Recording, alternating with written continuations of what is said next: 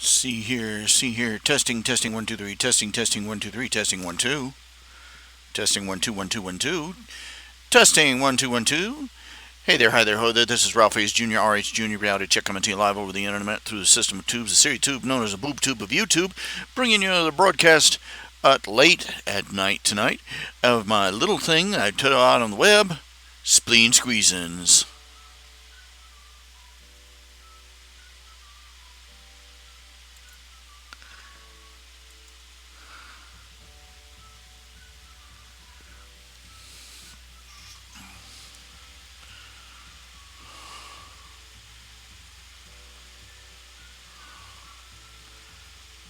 Dun dun dun dun dun dun dun.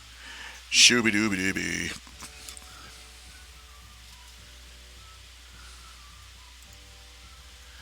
Hey, how y'all doing? Me, I'm doing okay.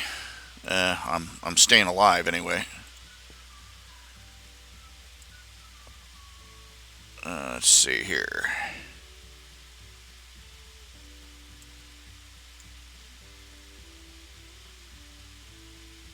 One, two, three, four. Dun, dun, dun. I don't know how long I'm going to be on tonight. I'm just basically here. I'm just trying to get a little bit of human contact. Just burning out today. I got a little bit done today. I managed to finish up the next strip for the old Vic. Sent that off to Daniel Meyer. Still got, I think, one or two more for him that I've got yet to do. Haven't got anything for this. I've still got to do something for this week for my own comic site. Kind of expeditious.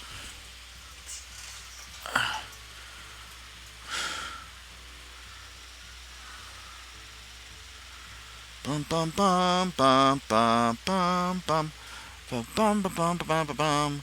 Bum bum bum bum bum bum bum bum bum bum bum bum bum bum bum bum, and we move over to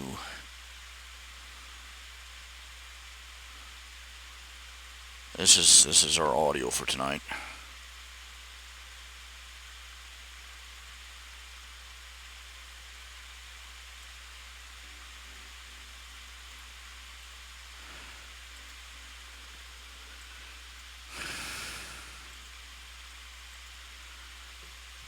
This is the second time I've tried to download the stupid song, save it so I wouldn't have to.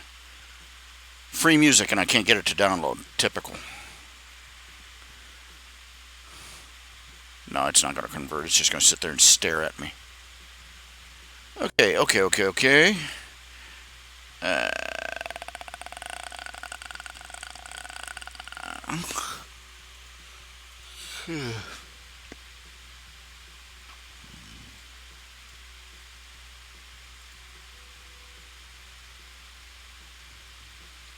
As always, the little red fox is up because I'm passing the hat trying to raise a few pledges, a few donations.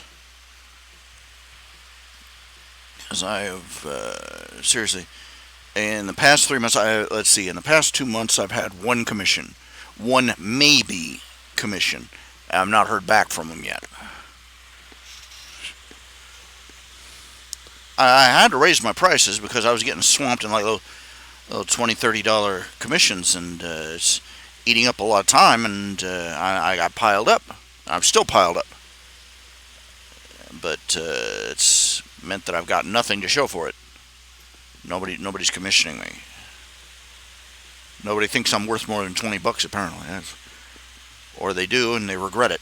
So, I Gewalt. Uh,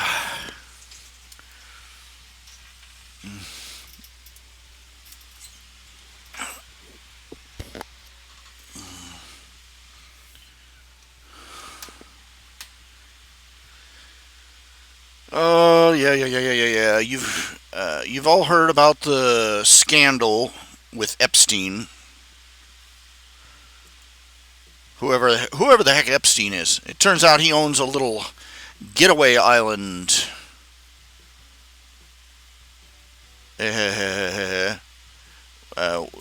replete with underage prostitutes and other pedophilic little goodies. And of course, Bill Clinton took regular little trips out to that little island. Flew out there a couple of dozen different times while he was president. Meanwhile, the Democrats are all playing 7 Degrees of Kevin Bacon to try and prove that Trump's involved in it somehow. Typical.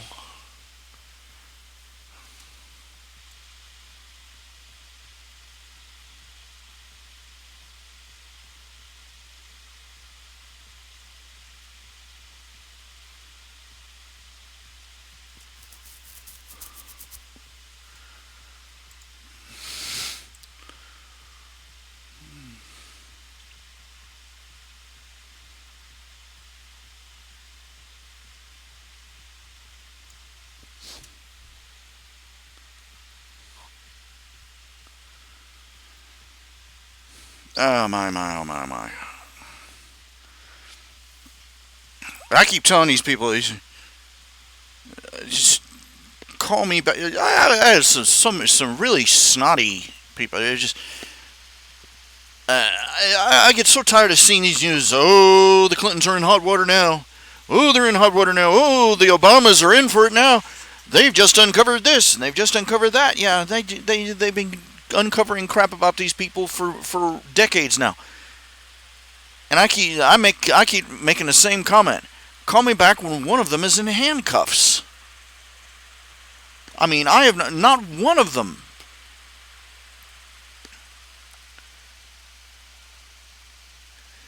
These people are out there leaving behind corpses and rings of coke powder around their nose, and people, mysteriously dropping dead in their wake.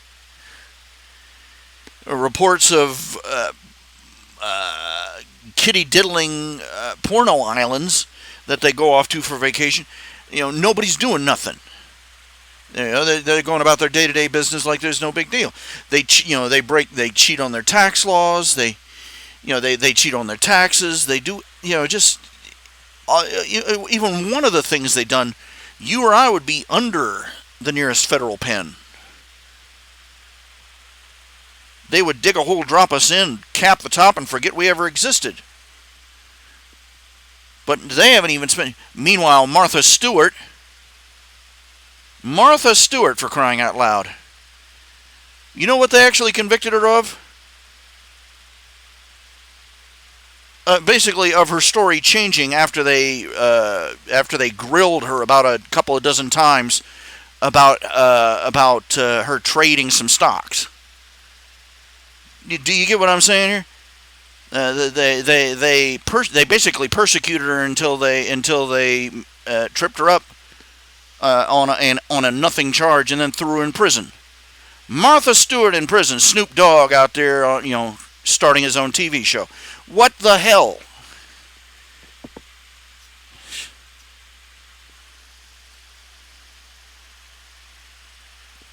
I think our forefathers are standing up there in the hereafter, tearing their powdered wigs off their head, just stamping on them because of the crap we put up with from our leaders. If this kind of crap had gone down in the 1800s, there would have been musket fire in the White House by the end of the day. No.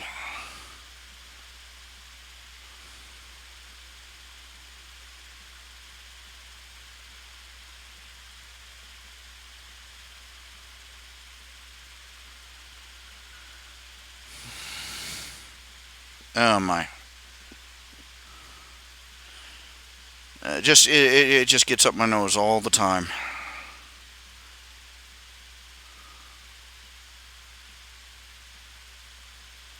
Have you ever had a day where you got so mad at something you literally practiced an entire speech to a blank wall about what you'd like to tell these people if you could speak to them? I've done that.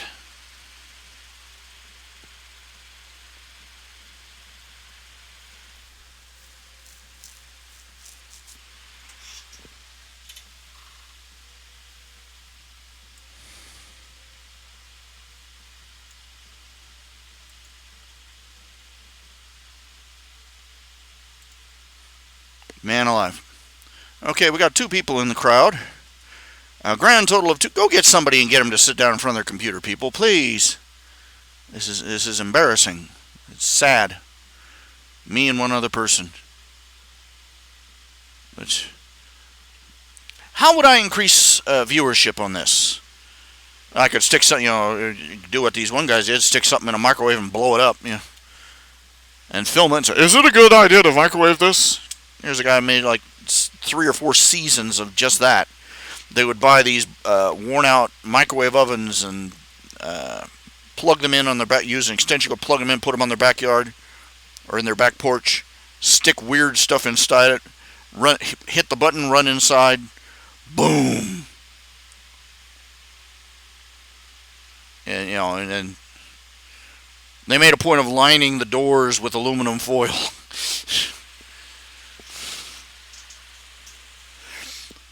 But like 3 whole seasons on YouTube, man.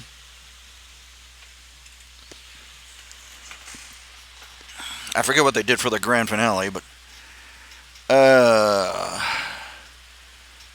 they ran out of people that would sell them used microwaves, I guess.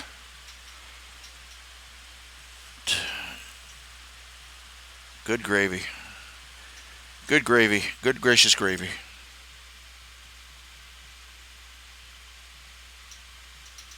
There's one guy who does nothing but film himself smoking a pipe. That's it. Him just sitting here, puff, puff, puff, puff. Show after show after show after show. Me, I can't get an audience I can't even get an audience that hits double digits.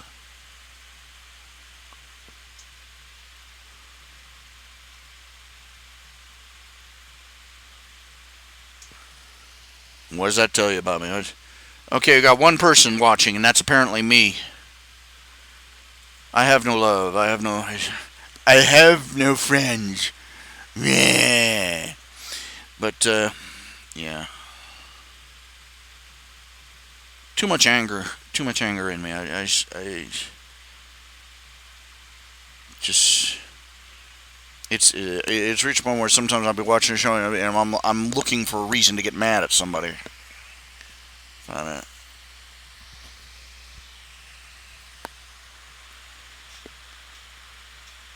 don't know.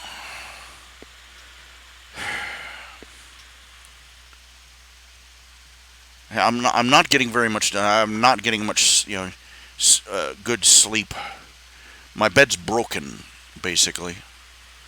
It's a futon bed. The mattress is, it's an old futon. It's nasty, and the frame is just broken.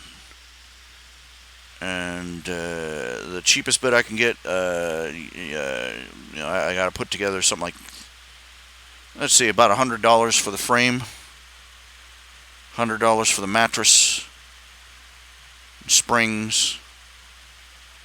I'm gonna get a little twin bed. I'm just gonna put it here in the living room. Quit sleeping in that back room entirely. Of course, that means use it as a storeroom or something.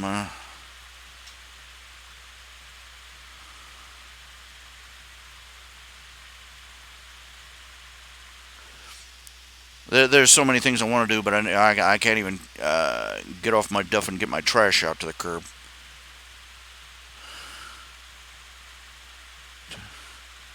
You realize I got about a half a bottle of Hershey's syrup sitting here. I had like 3/4 gallon of milk left.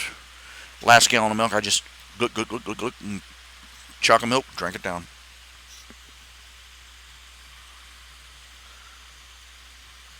I think I rely greatly on food for comfort.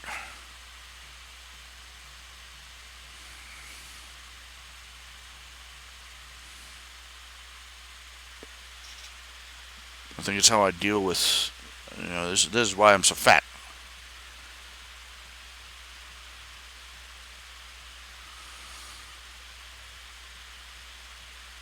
Most of this, when I was a kid, treats were rare. You know what I'm saying? I was nearly 18. I was like 16, 17 years old. We moved into it. We'd gone to a new church. My dad started pastoring at a new church. We went and visited one of the deacons' house, and I was flabbergasted. I was seriously flabbergasted to see like 4 boxes of Little Debbie snack cakes in the kitchen, just sitting on the counter. 4 different kinds. Oh, get yourself some, you know. And in our household, we were lucky if we saw 1 box ever.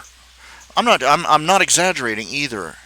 I'm not trying to do the when I was your age. I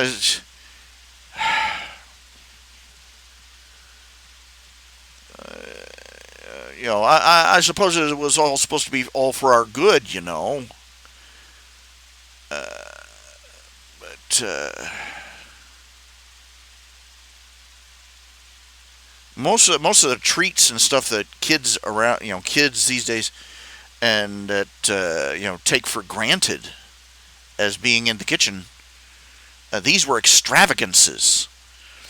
And it wasn't that they didn't try and tell us this isn't healthy for you, so we're not letting you have it. Their whole attitude is it costs too much money. This was back when boxes of Little Debbie snack cakes were $1, less than $1. That's extravagant. It's extravagant. Wasting money.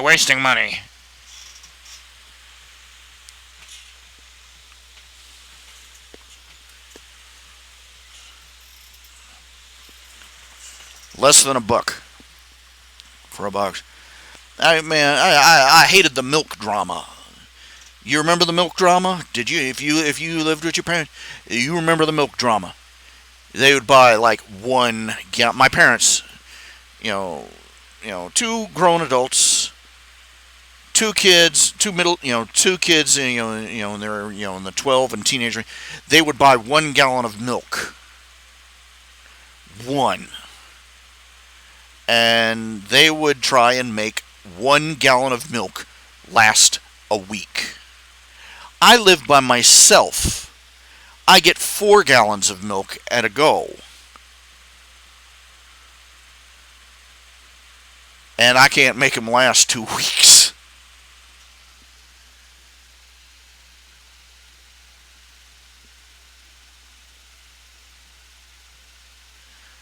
They would buy 1 gallon of milk at a time, and they would let us have a little bit with our dinner.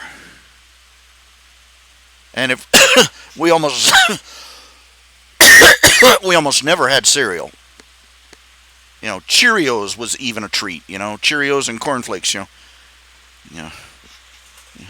Nice healthy bowl of pencil shavings. And don't use too much milk in that cereal. Don't use so much milk in that cereal. Milk costs less than $1 a gallon. Ah!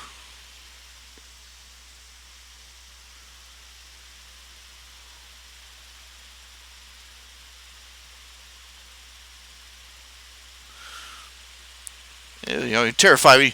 We try and if we got any milk for anything, we try and leave at least something in the bottom of the jug, and that would make Dad mad too. Who left this thing in here? There's a teeny tiny little amount of milk in here. Just go ahead and drink it. And of course, if we had gone ahead and used it, he would have gotten mad about that.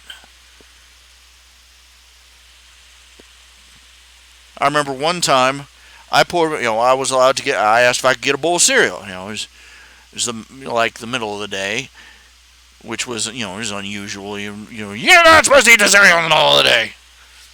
But for whatever reason, Mom said, "Okay, go ahead and get yourself some cereal." I got myself some cereal. I poured the cereal. I poured the milk, and I slipped and poured way too much milk in there. Way too much milk. The milk was actually almost covering the cereal, and I panicked. And I got a funnel and tried to pour enough of the milk off the top back into the jug. And of course, you got all the little cornflake bits and stuff in the milk. But I knew if I didn't, Dad was going to blow a gasket. And I put it in there. And he comes in there. He decides to get himself a glass of milk because he has like all sorts of stomach troubles, and he constantly was trying to put it out with milk. And he comes there and he opens it up. Just cereal crap in the milk. I tried to explain, and he was even Mom was going, well, for crying out loud.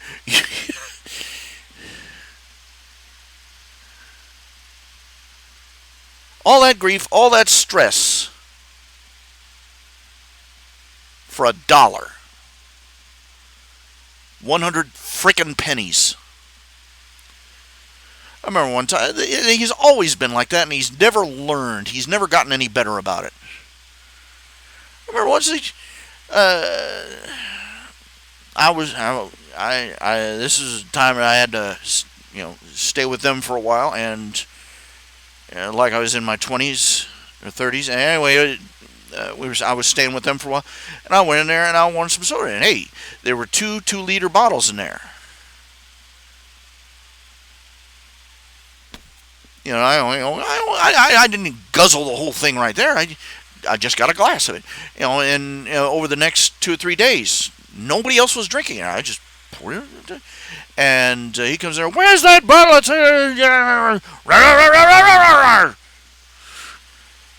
Where's that soda? How about that soda? Why didn't you get that soda? Why'd you drink that soda?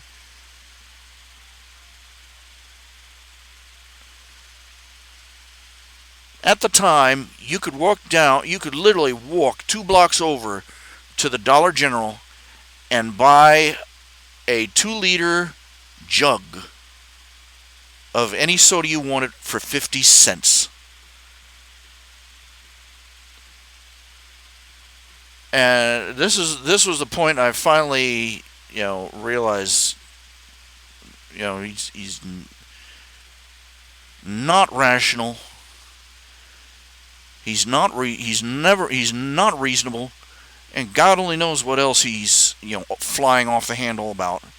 If this is how he acts over 50 cents worth of sugar water and fizz, I'm like, fine. I walked in here. I got a couple of dollars worth of soda. Dragged it all back home, stuck it in the fridge for him. He went. I remember once he said, "You want some strawberries?" He comes in there. He's holding one of those. There was in Lowell. There is a farmer's market, and you can get fresh anything there during the summer. Berries, vegetables, fruits, blueberries, strawberries, blackberries, raspberries, you name it.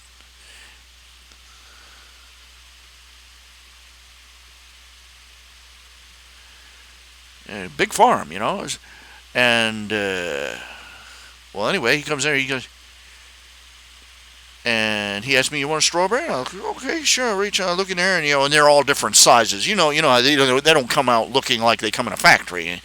You get them in a farmer's market.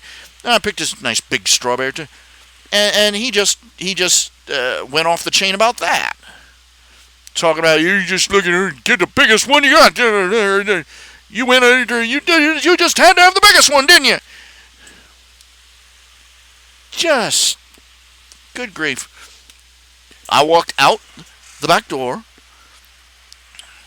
walked down the block, walked over another block, walked on down the freeway that ran past the town, walked down to this farmer's market, bought a nice big, bought another pint of strawberries. Then I bought some blackberries and some raspberries too, just to make a point. And I brought them all home. Didn't say we're just stuck them in the fridge.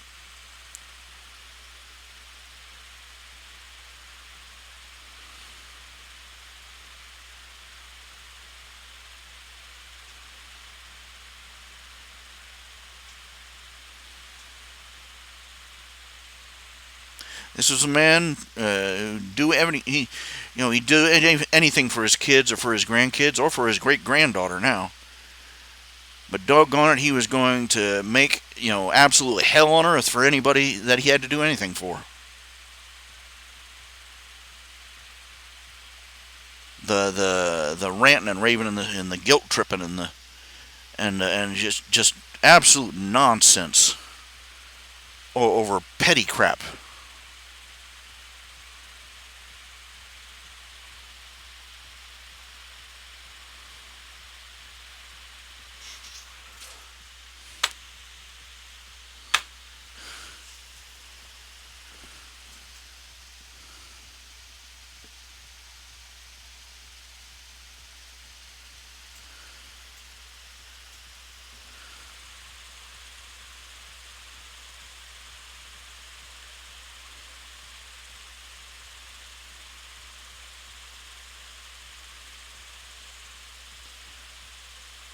Did you ever do the I'm fixing the car dance? You know that one? He's standing there, you old man standing there, got the hood of the car up. He's trying to fix it and failing. and he calls you over and has you stand there holding the flashlight, and then spends 9 minutes out of every 10 screaming at you for not pointing the flashlight in the right location.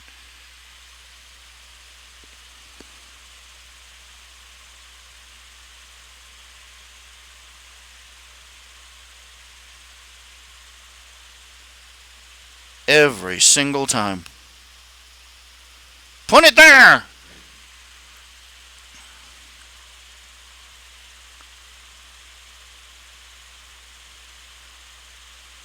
I am putting it there. You're not putting it there. You're putting it there. Put it there. I can't see it. You're not shining light. Well, you're rather large and you're in the way. I can't shine the light through you. Thank you.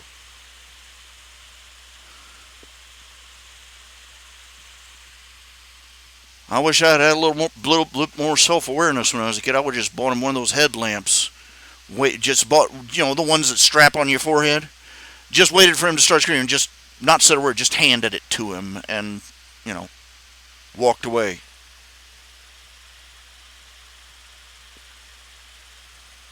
Everybody talks about how women expect men to read their minds. He's the kind of man who expects everybody to know exactly what he's talking about and looking at any given moment.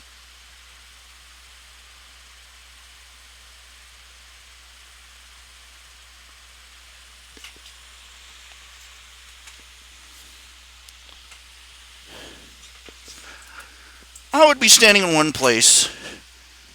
He'd say, go over there and get that. He'd be standing off, like 50 feet to the left, pointing off in some direction yonder. Go over there and pick that up. I'm like, pick what up? And he says, it's right over there. Get it. And I'm like, I don't know what you're pointing at. I can't see through the back of your head. But no, that nonsense every freaking day.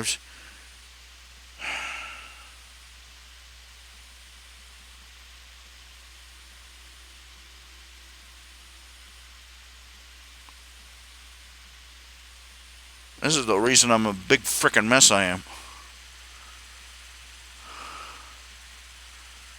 Never adjusted, never adapted, never learned to deal with it, I got issues with authority figures to this day. Doesn't help me in the least.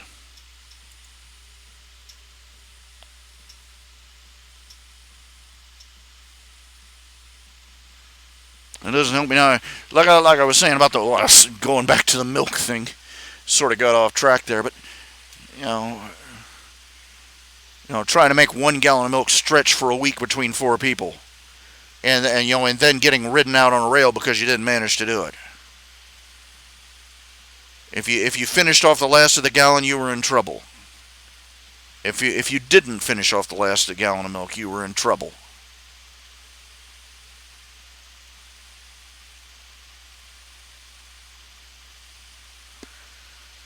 And nonsense, things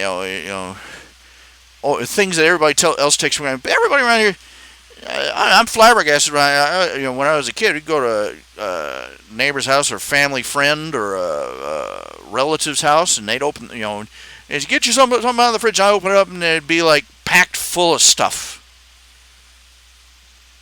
that none of us would see on a glory day. Entire 12 packs of soda. We never had 12 packs of soda in our house. Oh, we had to, we had a real healthy diet. It wasn't because we were healthy; it was because we were cheap. And after I finally when I finally grew up, got out on my own, even if only temporarily. I got out on my own. I finally, and I'm doing the grocery shop, and I realized the breaking point was toilet paper. I'm standing there holding two different rolls of toilet paper, trying to calculate which one has more butt wipes per penny. Some in me just sort of cracked and said, it's not worth it. I couldn't manage my life. I couldn't manage my finances. I couldn't manage my life. But oh boy, I could sure pinch a penny at the grocery store.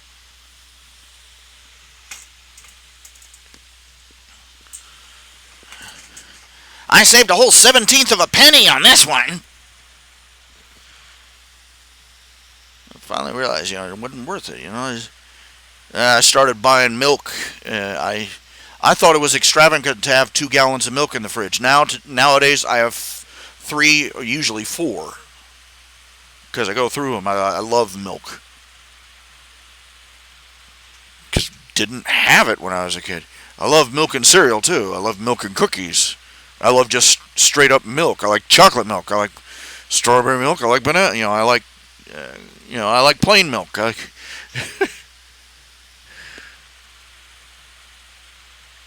I should be so lactose intolerant that milk turns to glue within 20 feet of me. I don't know. But no, I'm still here.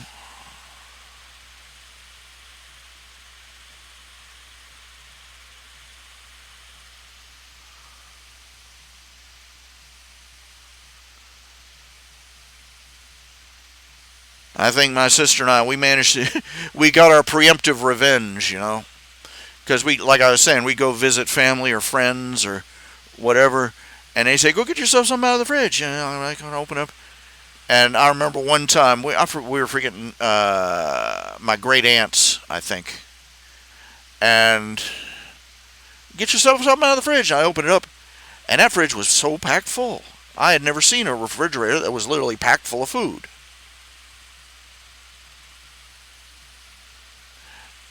And he says, "What is it?" I was looking. I must have had a bug-eyed look on my face. Wow, there's so much food in here. And sitting at the table, I could just hear my mother dying of embarrassment. And you're like, "Oh, we just don't keep a lot of refrigerated stuff. We have a lot of stuff in cans and things." And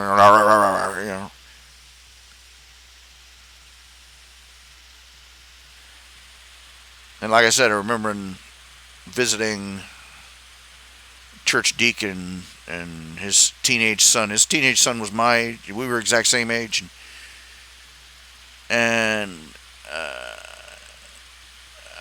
I felt so pathetic next to this guy because he was my age, and his leash was missing. I come in there. But the first sign that I was in a much more liberal home was coming into the kitchen and seeing a literal stack of Little Debbie snack boxes sitting there. 3 or 4 different kinds of Little Debbie snack cakes. Oh, geez, you got a lot of these. What are you having a party or something?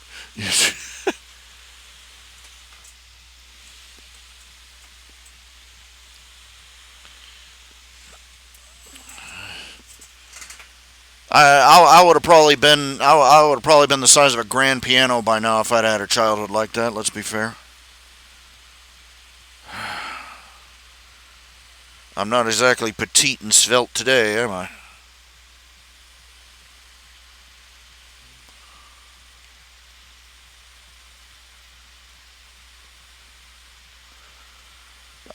Eli and T-Mug. Nice to see you out there.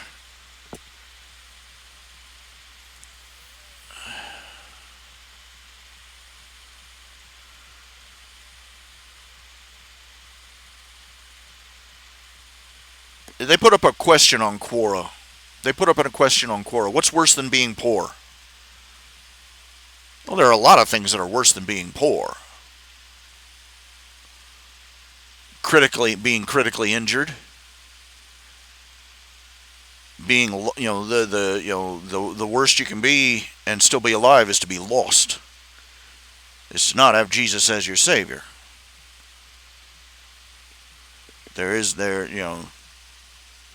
To not know Jesus Christ. That's the ultimate in worst situations. But speaking secularly, speaking materially, what's worse than being in debt? Being in debt, because not only do you not have anything, but they're coming to take what little you have left and punish you for not having more.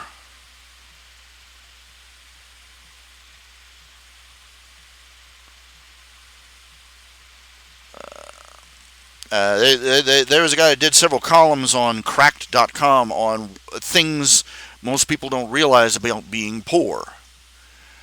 And I'm reading through this and I'm going, yep, I can relate. Yep, yeah. But, a lot of these these so-called financial experts that talk about people with low or next to no incomes, people down here at the bottom rung. We haven't fallen off the ladder yet, like poor Jay Riley has, but we're hanging by the skin of our teeth. Say, oh, these people don't save. Part of their problem is that they don't save up any money in the bank. They can't. We can't. Because the impulse, we know, first of all, that we know that the bills are going to keep coming and coming and coming and coming and coming. And we always, when you're in our situation, there's always an urgent bill that needed paid yesterday. And that is getting worse with every nanosecond you wait to pay it off.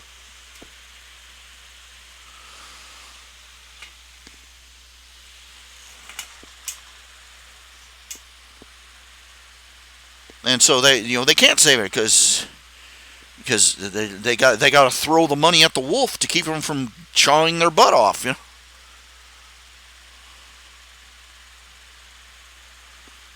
There is no long-term planning when you're down this far.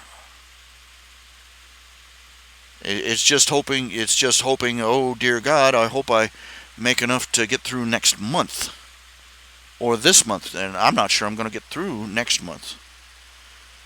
Because and when you're poor, everything always needs fixed. And you do not have any money for any of it. You do not even have money. Right now, I don't even have money for the stopgap measures. I've got a roof that's leaking. My floor has holes in it.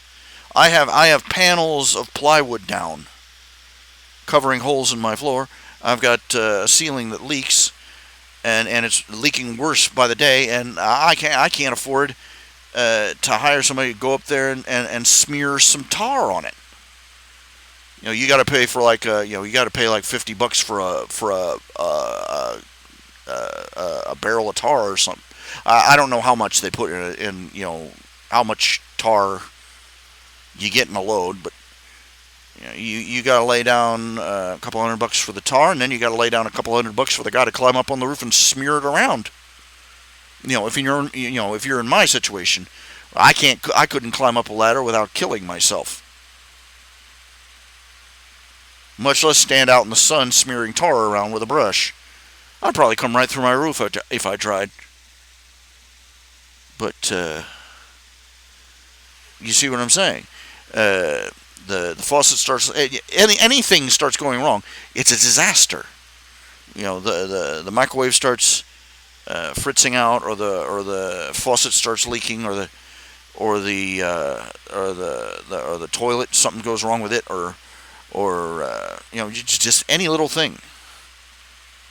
My van, I have a 1992 van sitting out in my yard, in my parking lot.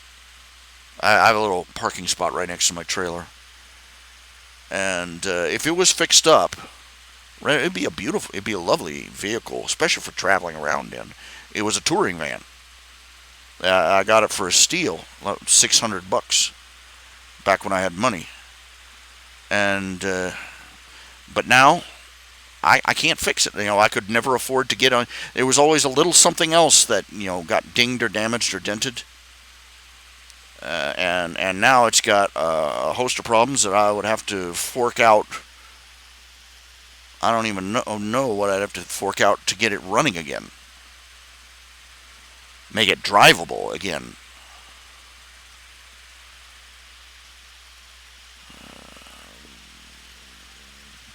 I've got trees growing up right against the back wall of my house that used to be weeds that I asked somebody to pull up. I'm not joking. I'd pay the jackass. The jackass would come out here. He'd half-ass the lawn, and then he'd leave. I'll get those tomorrow. I'll spritz them with some weed killer. And now I've got two trees growing up around my house, and I'm wondering how long it is before they break a pipe or something. And every problem is an urgent problem, but you can't fix any of them, and so you just labor along. You fuddle along.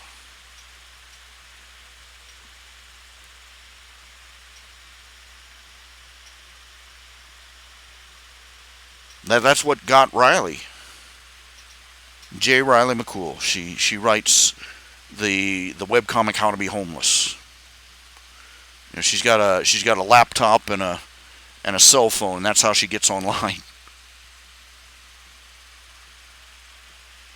If she had a proper inker and letterer, she'd really have something. But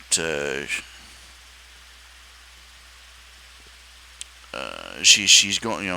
It was always something for you. She reached a point where she was living in a camper that was hauled behind her truck. Just a little camper, and she was paying lot rent to somebody, some lady, and this lady had it in for her apparently because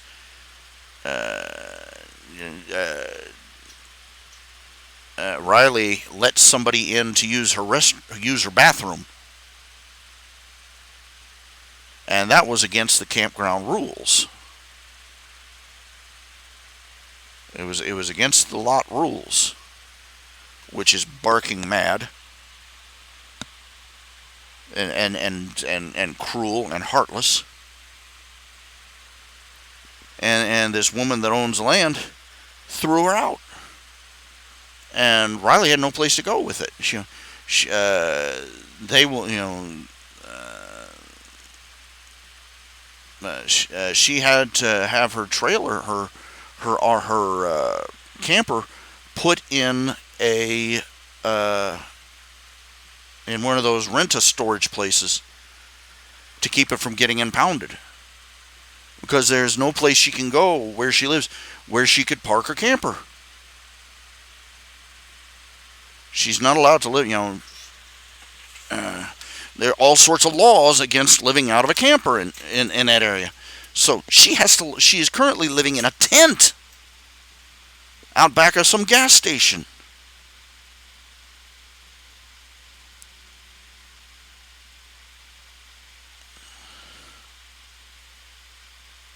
And this woman is not, she's not a bum. She's not even as much of a bum as I am. She's a hardworking lady. She has a job. Shows down. She drives a forklift at some company, and they're looking to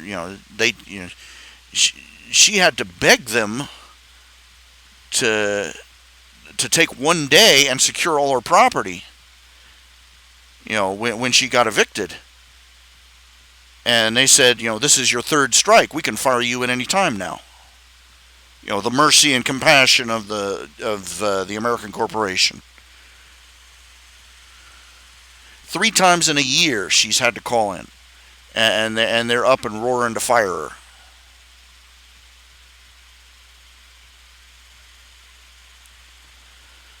One crisis leads to 1,000 others. When you're wealthy, you can get the stitch in time that saves 9. There's no problem. You got it covered. Or you can have somebody else cover it for you.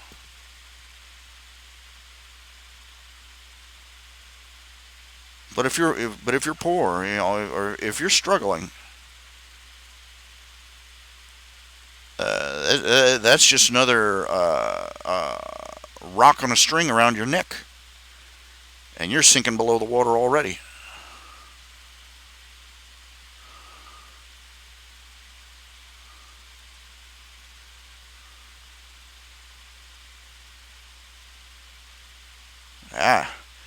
Well, it's nice to know that Eli and T-Mug listen to the recordings later. That's nice. That's nice of them.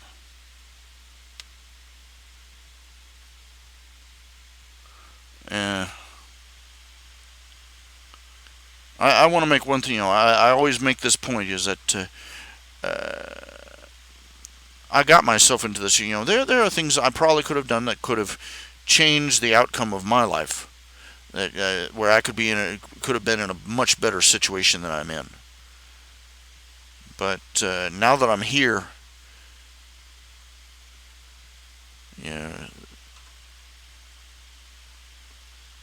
flogging myself over how I got in the situation doesn't change the fact that I can't find a way out.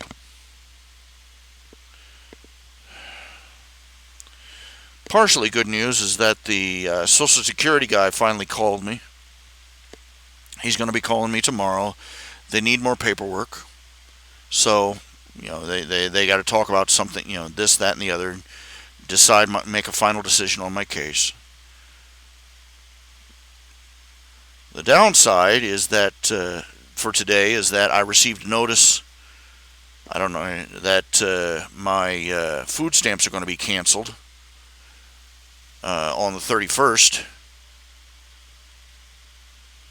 because they say I didn't send them my income information, which I did send them. I ran it off, I printed it out, stuck it in the envelope, and mailed it to them.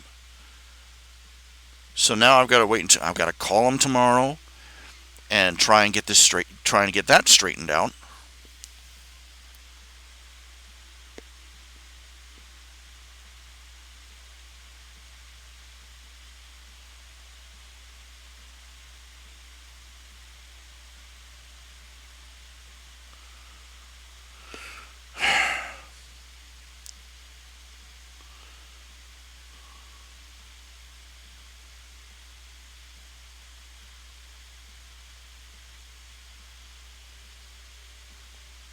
It's always something. I'm hoping that I'll find that, just a few more. I'm hoping I get a few more dollars dropped in the hat sometime in the next few days, so that I can use my EBT card one last time before the 31st. Stock up everything I can.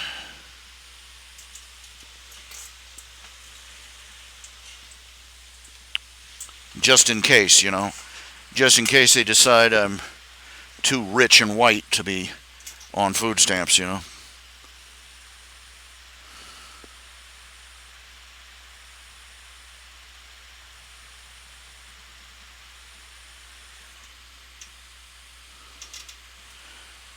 But,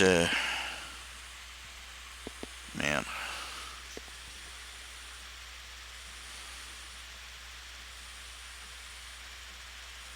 I would really like to talk about something besides the fact that, finances are bad, times are tight, things are tight, times are hard. Here's your freaking birthday card.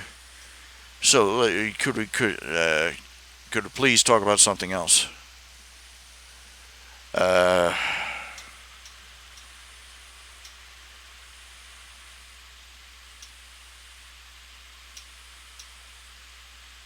I'm still waiting to see. I'm still waiting to see if TV Tropes, if anybody puts up pages for My Little Hero Academia or El Araira or The Ridiculous Six. They haven't yet.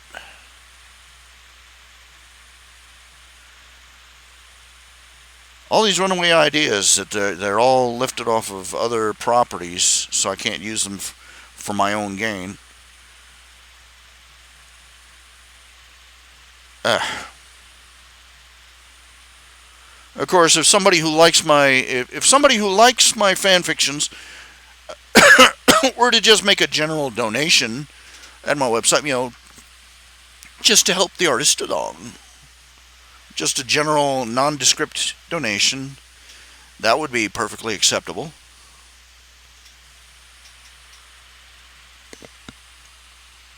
Hurrah, hurrah.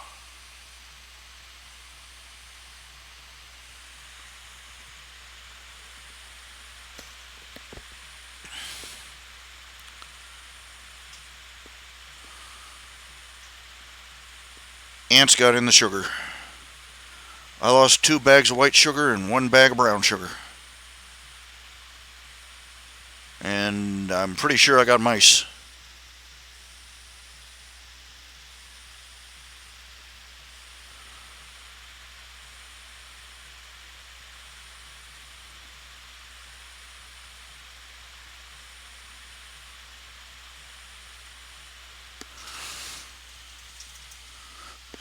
Remember that one immigrant family, they made the news a couple years ago.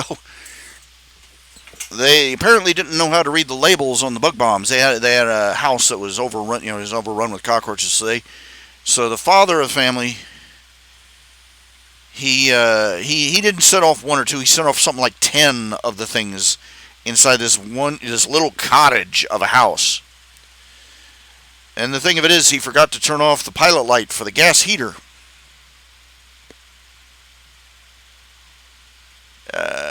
By a miracle, there was no raging inferno, but the explosion, boom! The house literally burst at the seams. It was still standing, but the walls were disconnected from each other.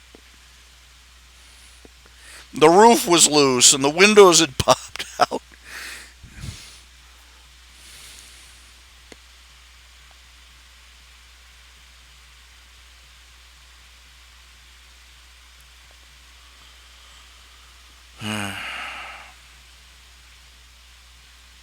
And the sad thing was the roaches were fine.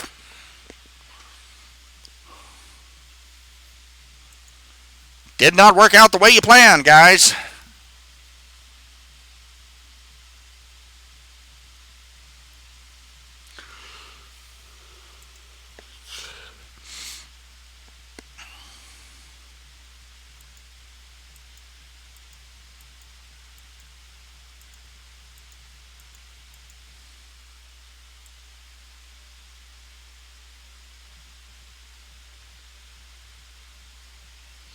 And talking about Coyote,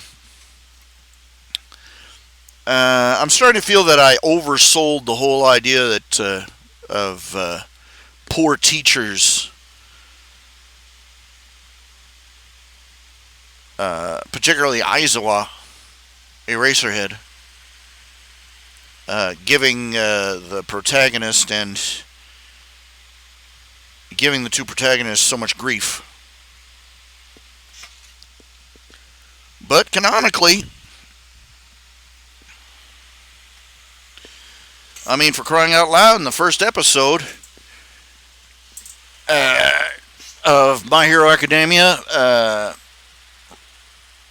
Izuku was sitting right there in class, minding his own business, and Katsuki attacked him. Blasted his desk. And then took one of his books and destroyed it and threw it out the window, right in front of the teacher. And the teacher didn't do diddly twit, So I'm like, and then there's the canonical behavior of Aizawa.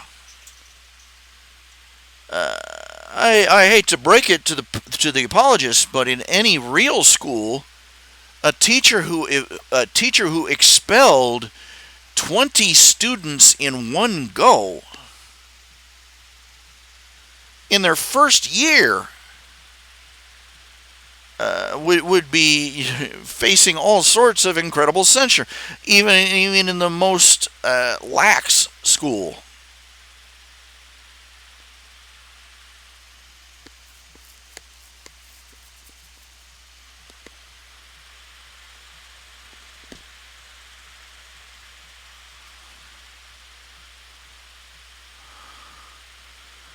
So yeah, the way I wrote it, yeah, it's pretty much how it would pan out.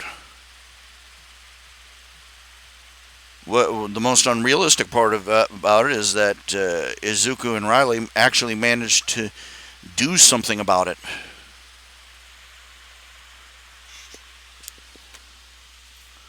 I guess it's the reason that in real life, high schools and colleges have student reviews.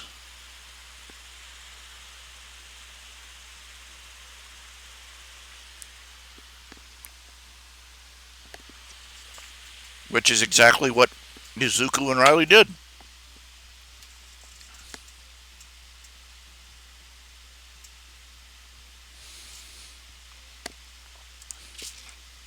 But it seems to be that seems to be the issue most people. It did take up a whole chapter, but and a good portion of the previous ones. But it was one of the main parts, one of the main issues of My Hero Academia is that, you know, practically up to the sports festival, the system had been giving Izuku complete crap.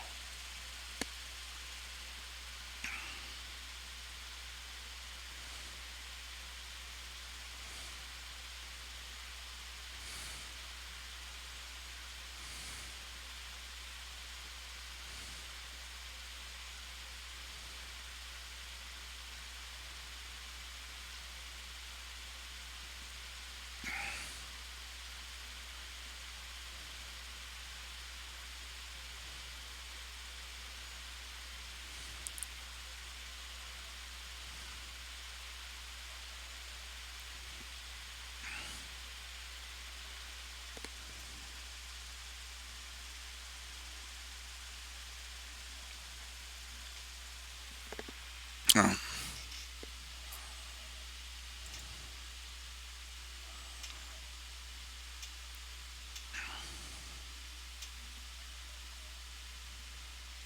Yeah. Now, that's the thing of it. You ever notice how Disney is failing, and the comic book companies are failing, and and so many of these institutions are failing, and yet they never seem to just die.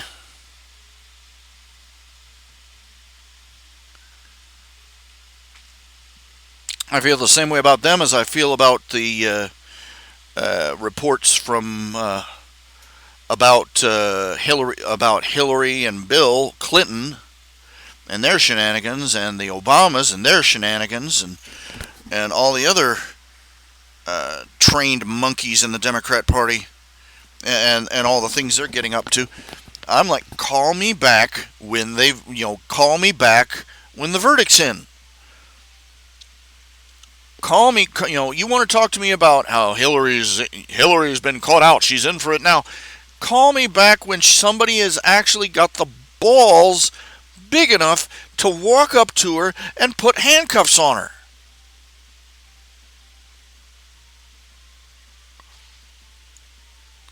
Call me back when Bill Clinton has been filmed being dragged off in a paddy wagon. Call me back when the Obamas are on trial. Until then, you're just blowing smoke.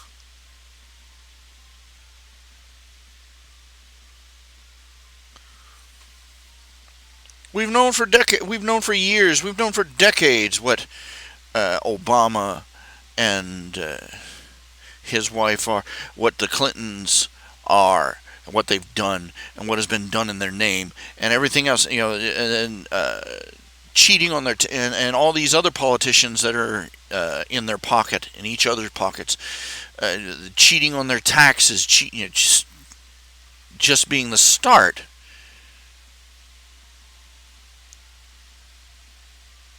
Fraud on an epic scale, millions of and no, this isn't acceptable. Why are we tolerating? Why are they not in prison? Why have they not been arrested on their way up the Capitol steps? Why?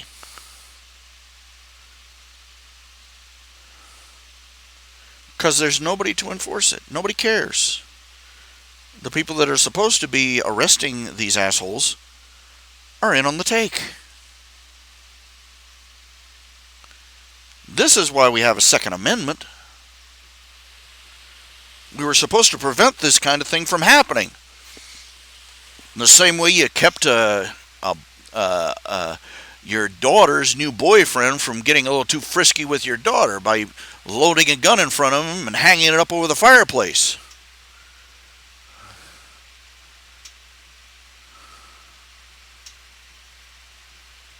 We're more likely to get idiots to go running across the desert like Naruto at Area 51 than we are to get them to demand accountability from the stock exchange or from the Federal Reserve. Hell is going to freeze over before any cop slaps cuffs on any of these arrogant bastards.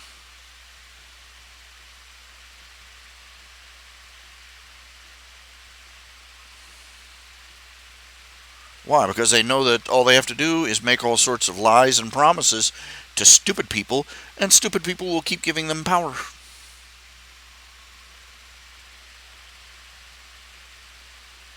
Or Cortez, whatever her name is, AOC, that braying mule of a woman.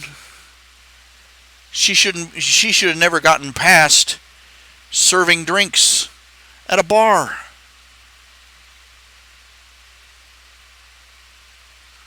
From what I understand, she was a lousy bartender too. She shouldn't have gotten anywhere. But we the people elected her. The people in her district elected her anyway, knowing full well what a braying mule's idiot she was.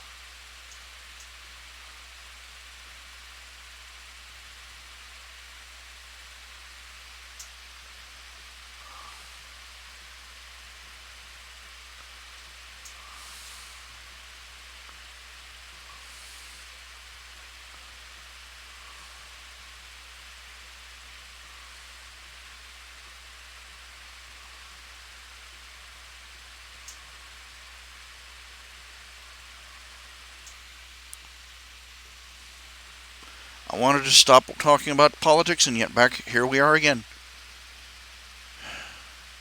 Everything's politics nowadays. Everything's politicized.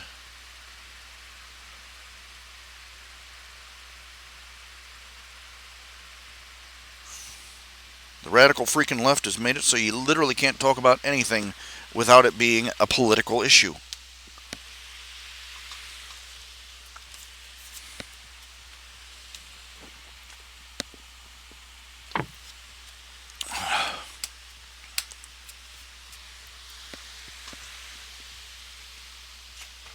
Got chuckle monkeys in sports putting on anti-Trump protests in the middle of games.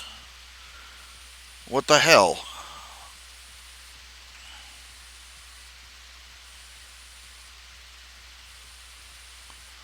You can't buy a Chick-fil-A sandwich without somebody getting bent out of shape.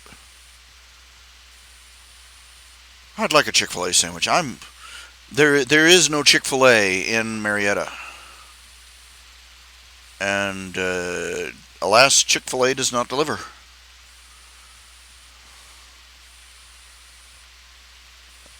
I haven't tasted a Chick-fil-A sandwich in so long.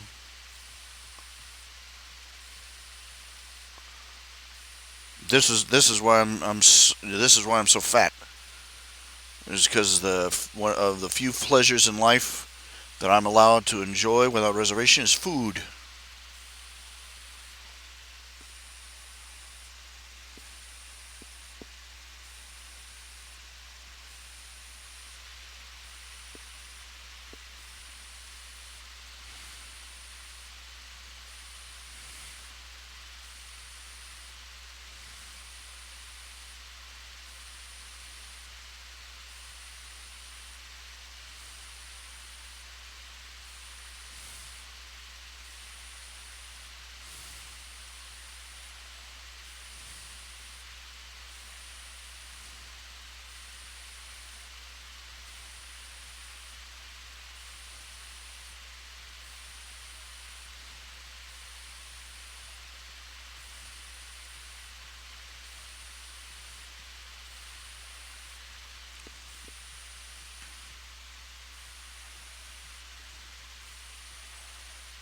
Yeah, this is true.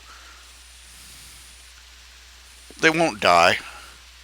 They'll linger on like some unholy zombie.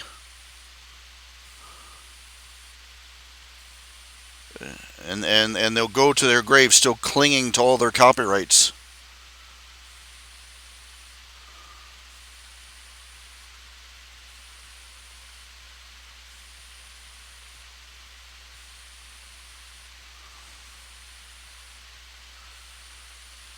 Mine, mine, mine, mine.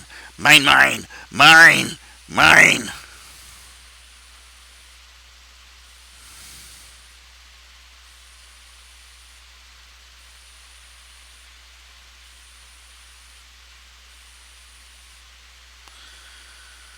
My work is still listed as Creative Commons Attribution License. That means that you can make derivative work of it, fanfic, whatever. Copy it, reprint, but you have to give attribution to the original artist, namely me. You have to say this was the original artwork this was taken from was created by RHJunior. I've considered removing that, retracting Creative Commons, going back to plain copyright, but I don't think that ordinary copyright even protects me at all. With Creative Commons, anybody who would be liable to copy anything at least has the option to promote me a little bit. You know, not that anybody's been copying any of my stuff or doing derivative work of it. Because nobody loves me. Nobody loves me. I wonder how vanity searches. Let's see, RHJunior. Let's see.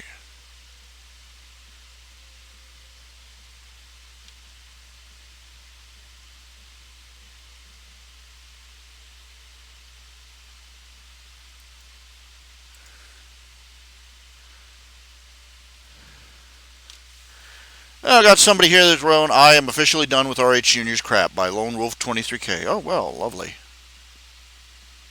Good for him.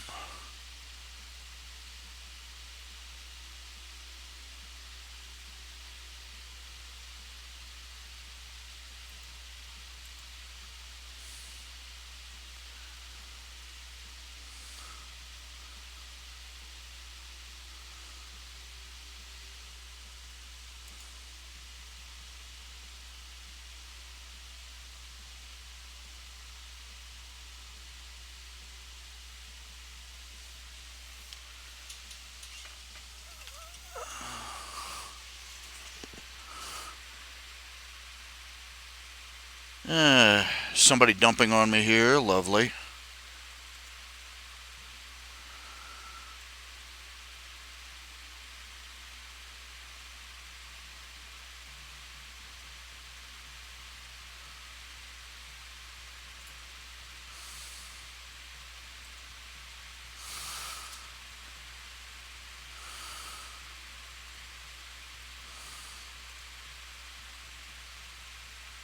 Well, just what I needed to, boost my day. You know, to be reminded that people hate me vividly.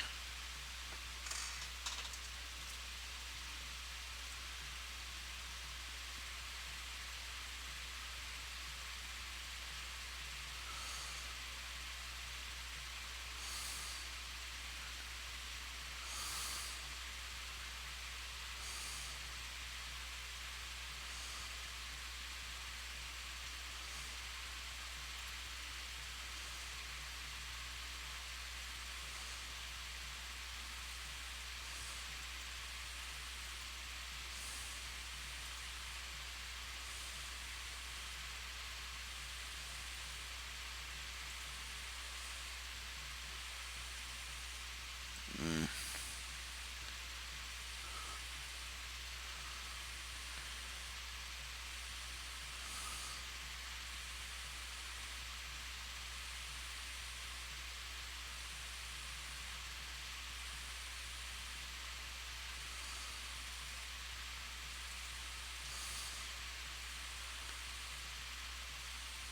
Uh, do these people ever feel bad about themselves?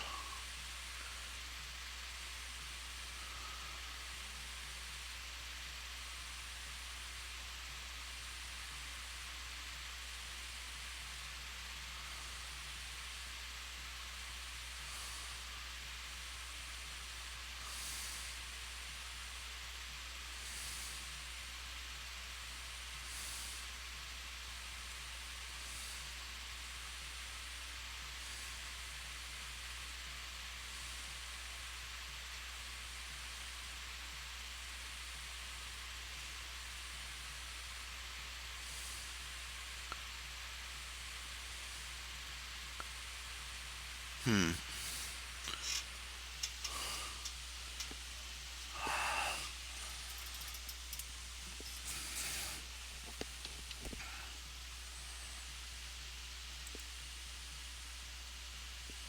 Haters are going to hate, but the thing of it is that haters get all the traction.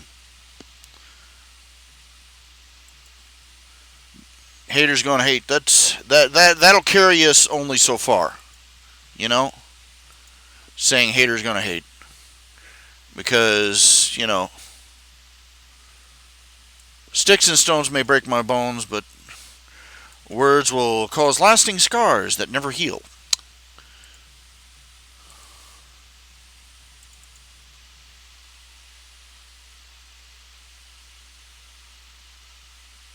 Ha ha ha.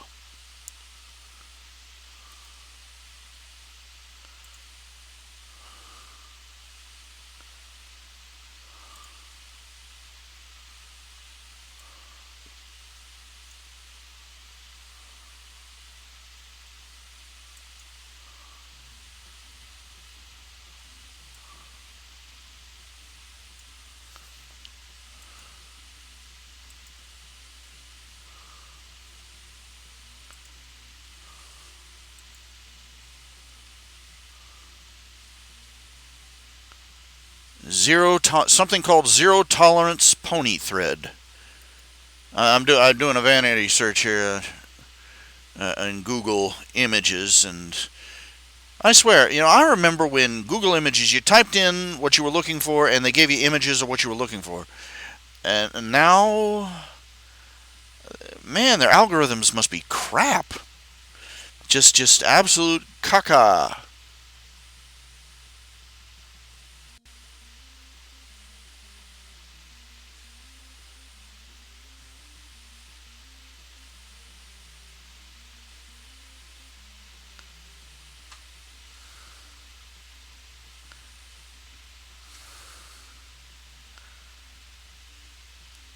Uh,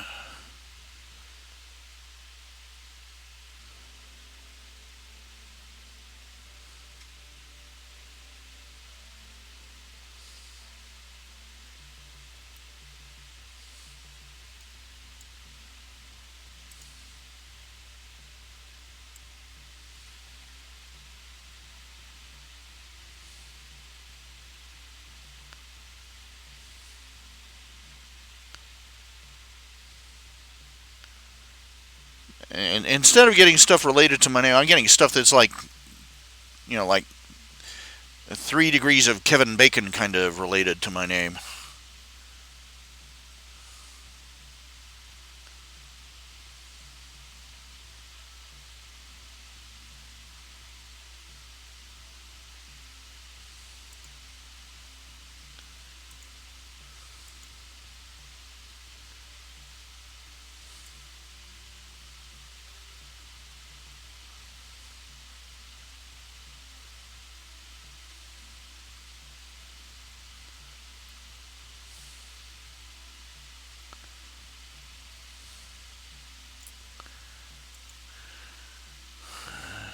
Oh, got another terrible webcomics mega thread. Yay, somebody dumping on me there. Yeah.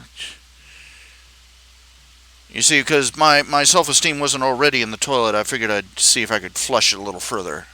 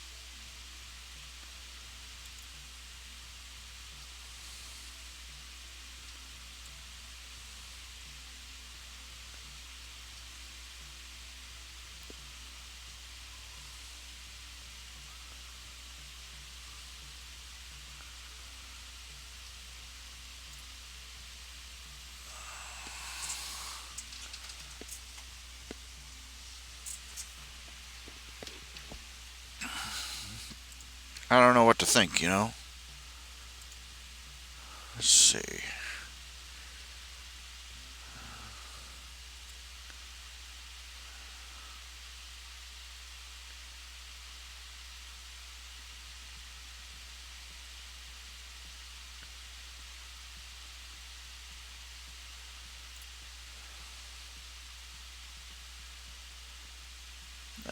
This here. Let me show you this. Window capture. Is it? This was drawn. This was drawn about two different boys, two young boys, a few years back, grade schoolers. One of them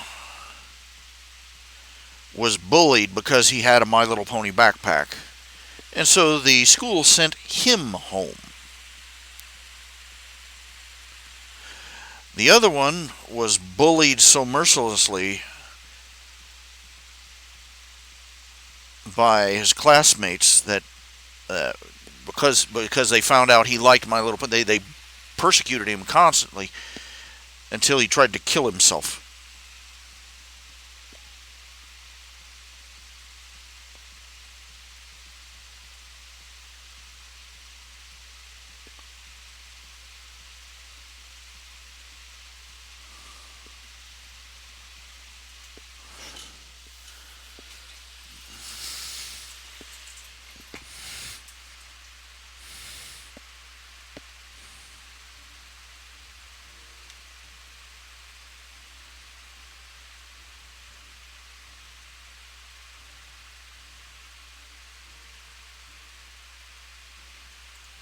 Just in case you were wondering how bad people could suck.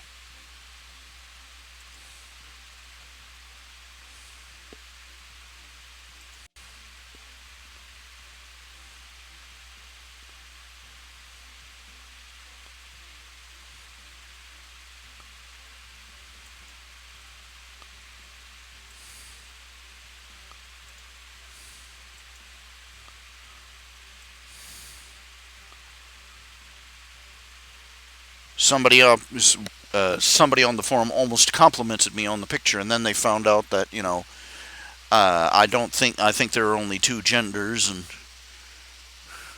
I don't think sticking your wiener up another man's butt makes you a special snowflake.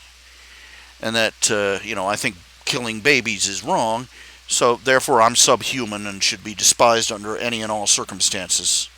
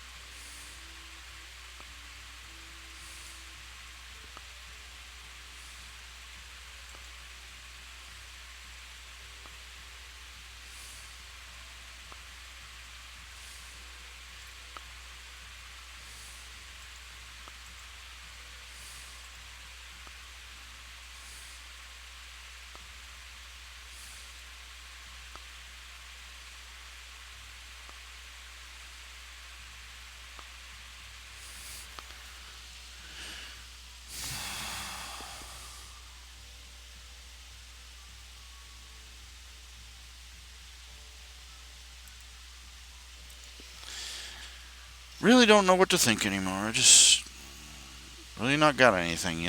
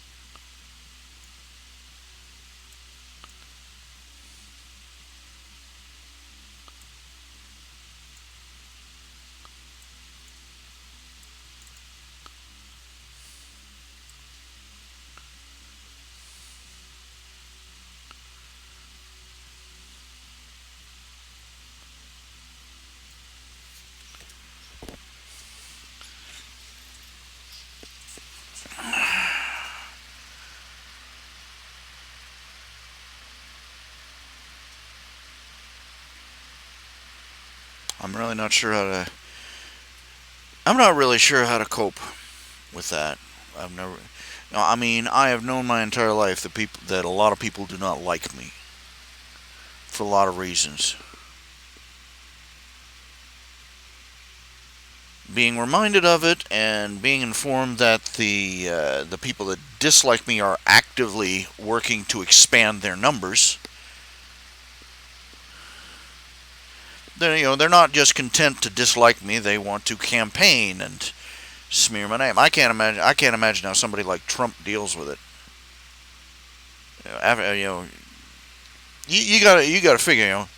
Everybody talks about what a jerk he is. What an asshole he is. He is what people made him. Despite everything he's done. I mean, we're talking about this. He's out there. Look. Think about this. There are people out there that are ranting nonstop, 24 hours a day. They never miss an opportunity to call Trump a racist bigot. At every opportunity. If a passing sentence has the word Trump in it, they have to include the words racist and bigot in there somewhere. If they see a chat forum that has the name of Trump in it somewhere, they go racist bigot. This is a man who was given awards by the NAACP. This is a man who contributed to all sorts of charitable organizations dedicated to helping out inner city kids. This is a man who counted Rosa Parks as a personal acquaintance and friend. But all he had to do is become a Republican, and the hate never stops. And it's not enough that they hate him. If they are out to attack anybody who, if you don't dislike him too, they'll attack you.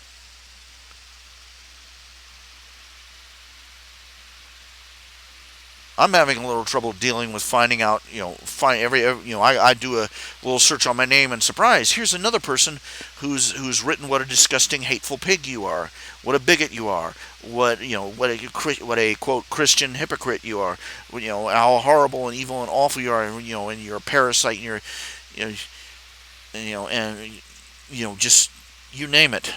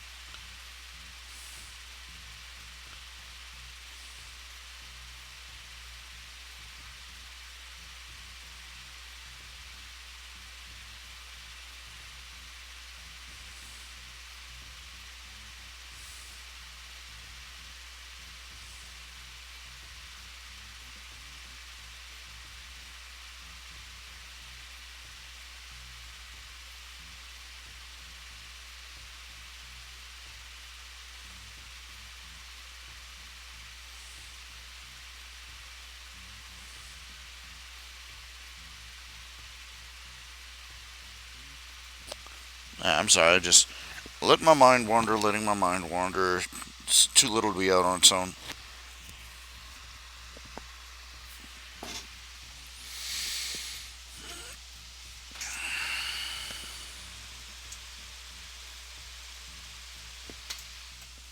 This was really something I wasn't up to dealing with today. Shouldn't have looked.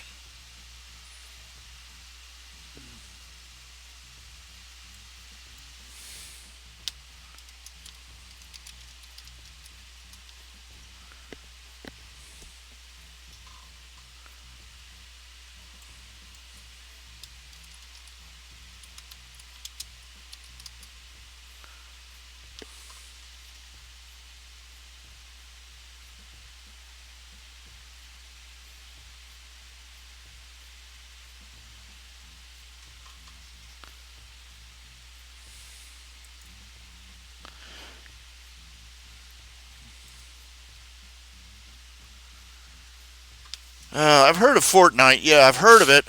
No, I've seen people playing it on YouTube. Generally, it's one of those gun and run games, and supposedly from what I've seen, it's apparently what makes it unique is that the players can build fortifications on the fly.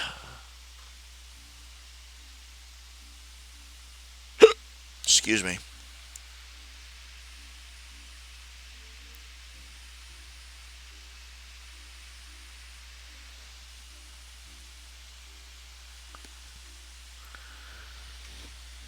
I've heard quite, beyond that, I don't know much about it. I know you're dropped, the characters are airdropped into a tournament area. It's basically a small town,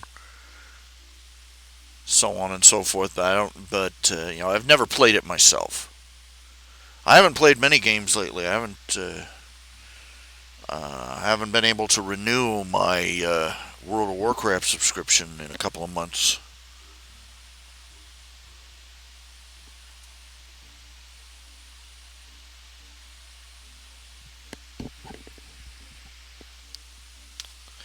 Part of me wants to, part of me doesn't. Part of me wants to renew it, part of me doesn't. But I don't have any money for it anyway, so.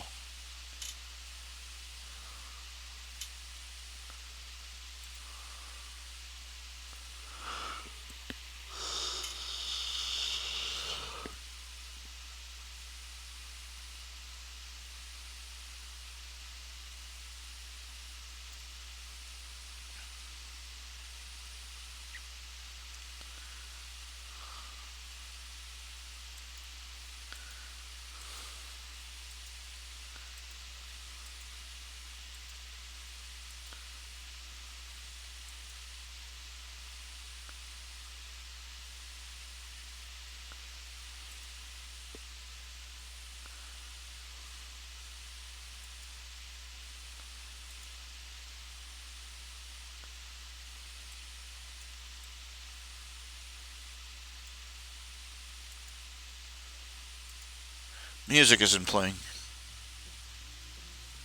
There we go.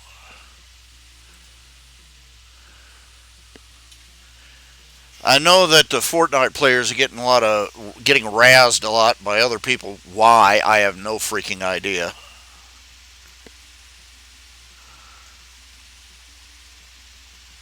I gotta wonder how actual World War. This crosses my mind. I gotta wonder how a lot of World War II veterans or just military veterans in general. I wonder how they feel about games like Call of Duty and similar ones. Uh, I've got to imagine that some of them at least uh, are mortified that everything they went through has been dumbed down for children to play a game out of it. I'm thinking, that's how I would react if I had lived through a war. I would be really, really averse to letting to letting kids play a video game version of it for amusement. I mean, I don't know. Maybe I would. Maybe I wouldn't. I mean, you've got all before we had video games. We had little plastic soldiers that kids bought by the barrel full. You remember those? And they had the GI Joe dolls and all these other things, and war toys, quote unquote, have always sold well, whether in wartime or peacetime. You go back, every generation had their version of it. I mean, they were playing with little tin soldiers back in the days of George Washington. So I don't know how, I can't say for sure, But I wonder if people if there are some people that in the military. I don't exactly count the opinion of people who have never served in the military. Their opinion on such things. I don't exactly consider them informed opinion makers. You know what I'm saying? But you get a few war veterans in the room and let them talk, and that would probably have more influence on my opinion than anything.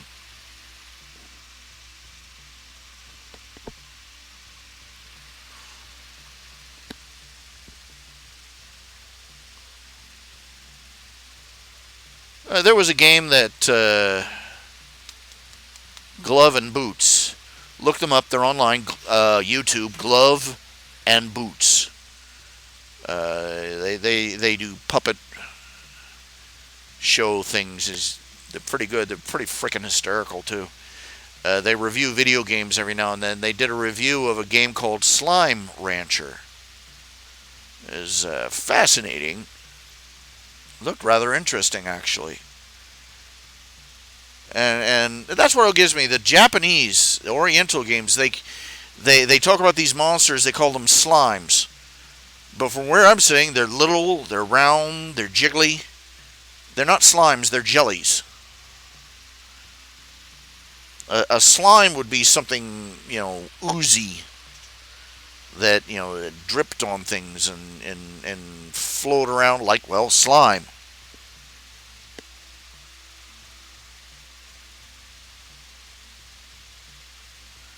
The thing they call slimes, I call jellies. So I would have called the game Jelly Rancher.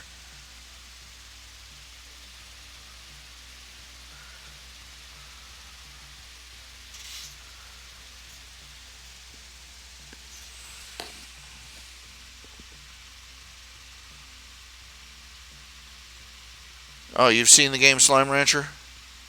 Yeah, they're quite cute. The little jellies. They're just little round things with a smiley face and eyes on it.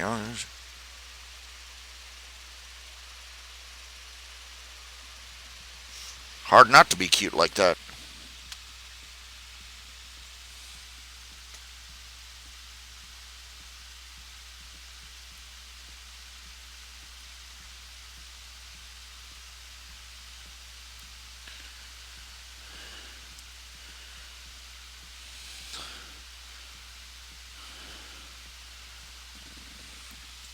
But yeah.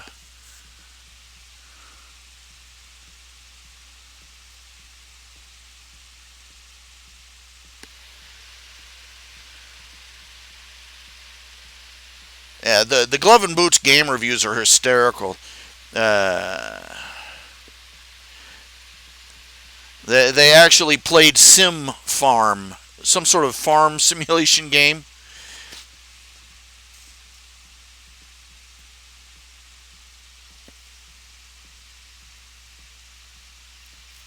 Oh, from what I understand, from what I've heard, Fortnite has never gone out of beta yet. This is still the experimental phase.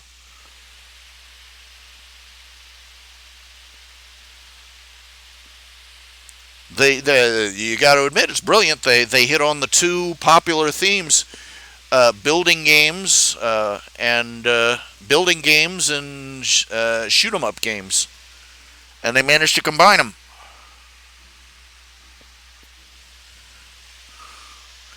One of these days, they're going to have some kid play that knows how to use that building tool to really seriously make crap, and then the paradigm's going to shift again.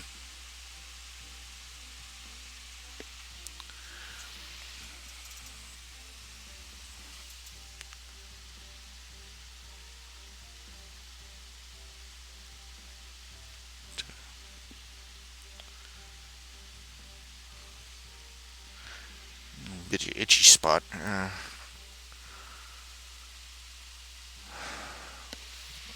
I haven't been getting much sleep lately, and well, I have been getting sleep, but it's been on and off and on and off and on and off. and it's really starting to. I'm ragged all the time. My bed. First of all, my bed's broken.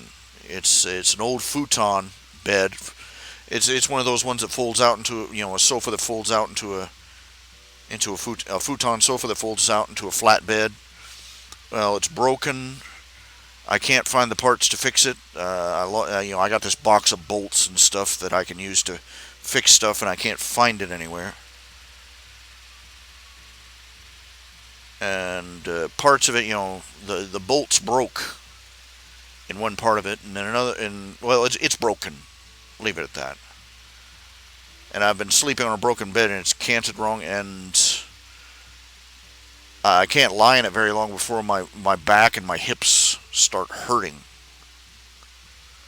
But for me, climbing in and out of the bed is an actual ordeal. I have to leverage myself. I have to reach across from the bed to the closet door, grab hold of the door frame, and literally hoist myself out of bed.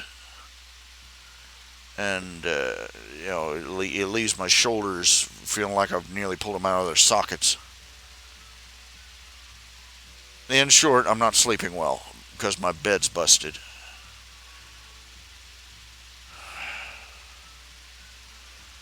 I'm hoping that if I ever start getting a little bit more income coming in, I can set aside enough that I can buy a little bed frame and a mattress and set up a bed here in the living room. I'm not going to even try and get that bed out of there. The mattress on it's nasty. It's old. It needs to be burned. It needs to be replaced and burned.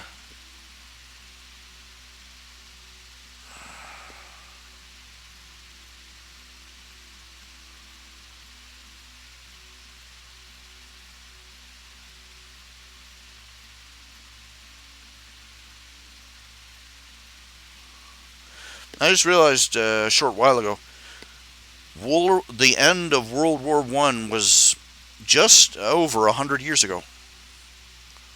World War One ended in 1918.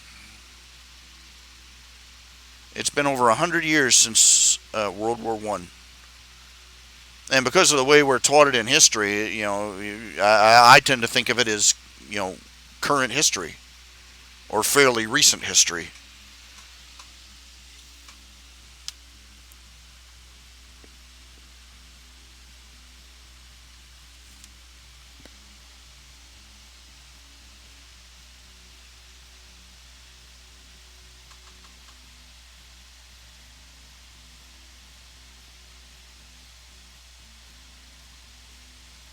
The thing that makes games like World of Warcraft break down so bad. I mean, not malfunction, but they start failing as a business.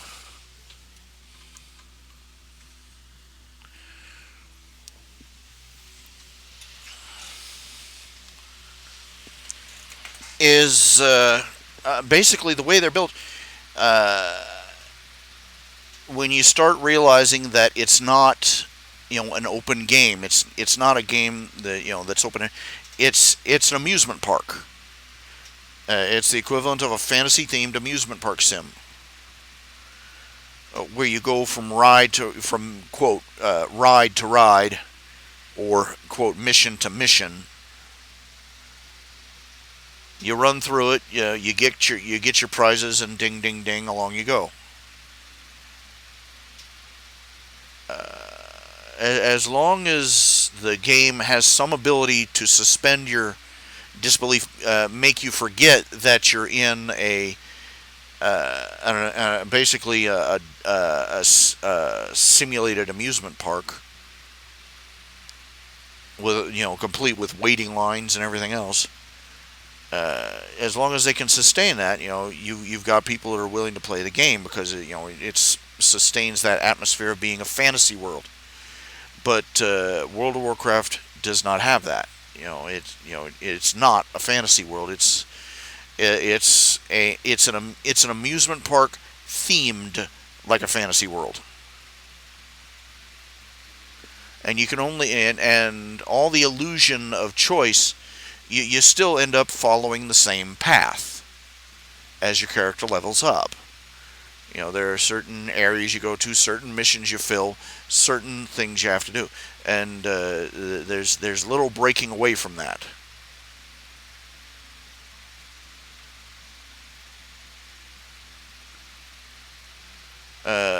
This is one of the things I noticed about WildStar back when that was still on and I was still playing it.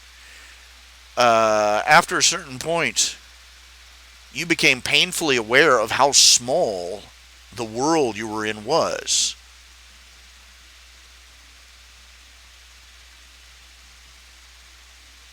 And each area was basically a tiny little zone where certain events were playing over and over and over, and as long as you kept one of the interesting things is if you kept the distance haze fairly deep. If your distance viewpoint is that if you were in one particular valley and you kept the haze thick enough that you couldn't quite see the other end of the valley, it made the whole game seem larger.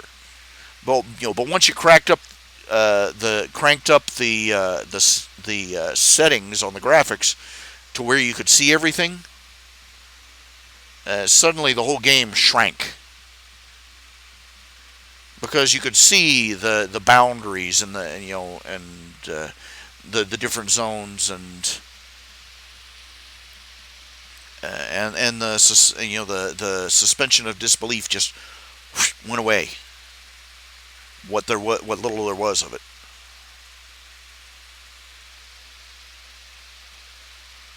Somebody is going to someday, when the technology is strong, powerful enough, advanced enough, they'll invent a real Memorpager online role-playing game where you will be dropped into an actual a fully developed world, and it will be vast, and it will be diverse, and you'll be able to plot your own path through that world rather than being stuck on tracks like a minecart. And it's going to take innovations in both software and in design concept for them to ever do that. They're going to have to develop a world that changes on its own, and that where the changes you make actually stick around. And they stay.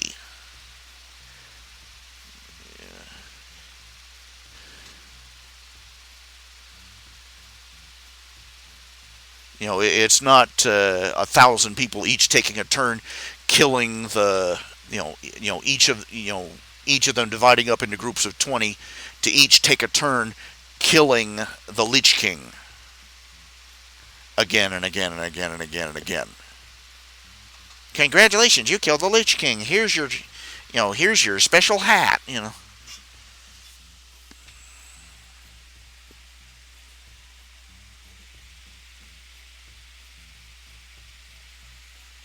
They're going to have to make a world. They're going to have to make a world that grows and changes and evolves, for lack of a better term.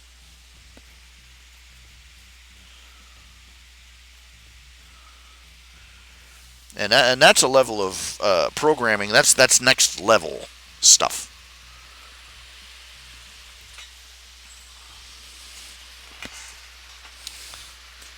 Not everybody is. People are going to be annoyed because not everybody is going to get to participate in the sacking of the orc city or the slaying of a particular dragon.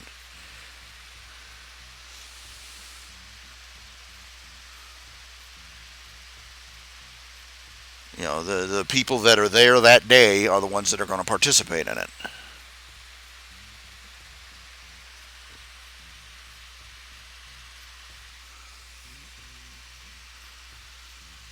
The things that are going to have to change.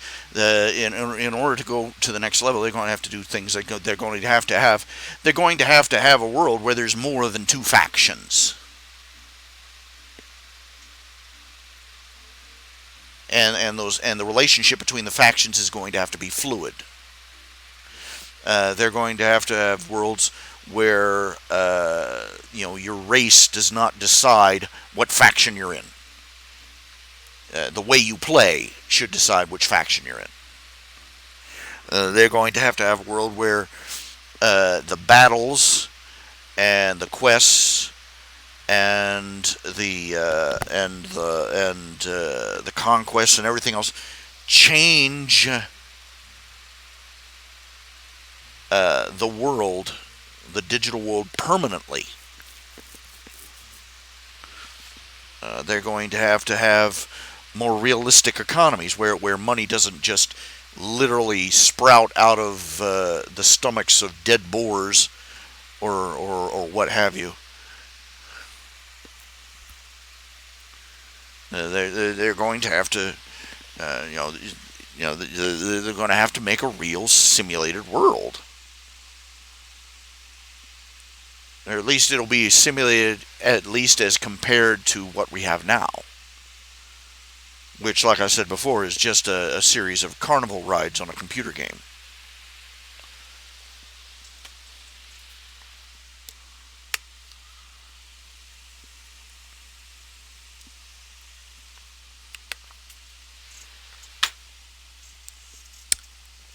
RHJunior and Space Engender. I'm afraid I don't know that one. I'm not sure what you're saying there. I do not understand you. I cannot understand the words that came out of your mouth.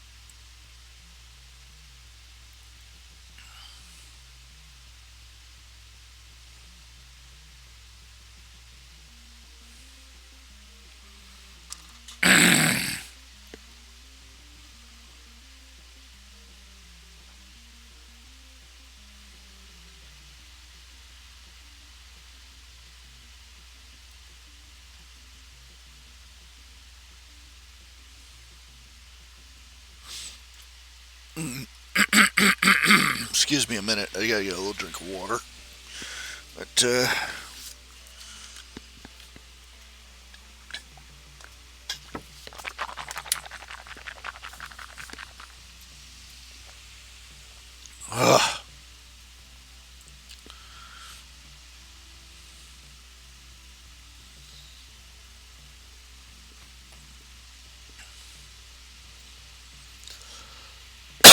excuse me. A little bit.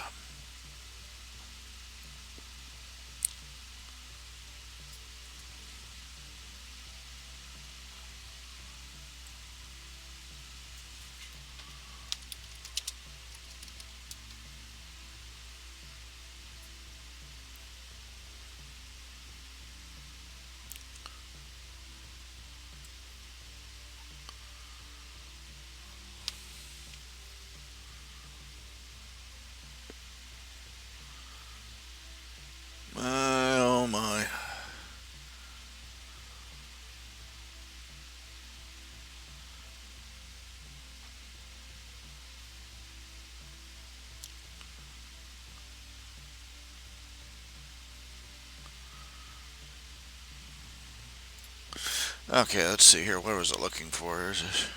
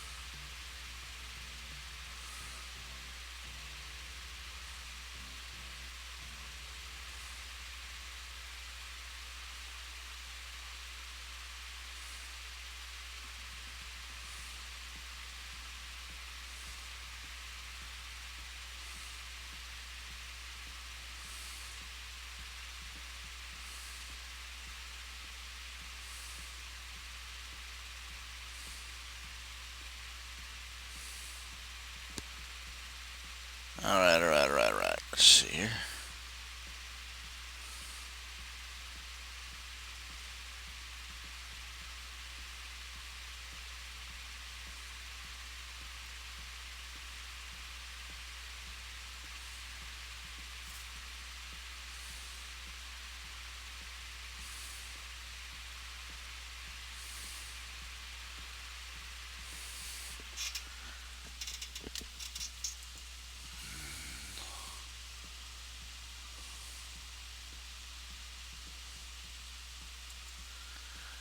Let's see, let's see, let's see. Okay, that's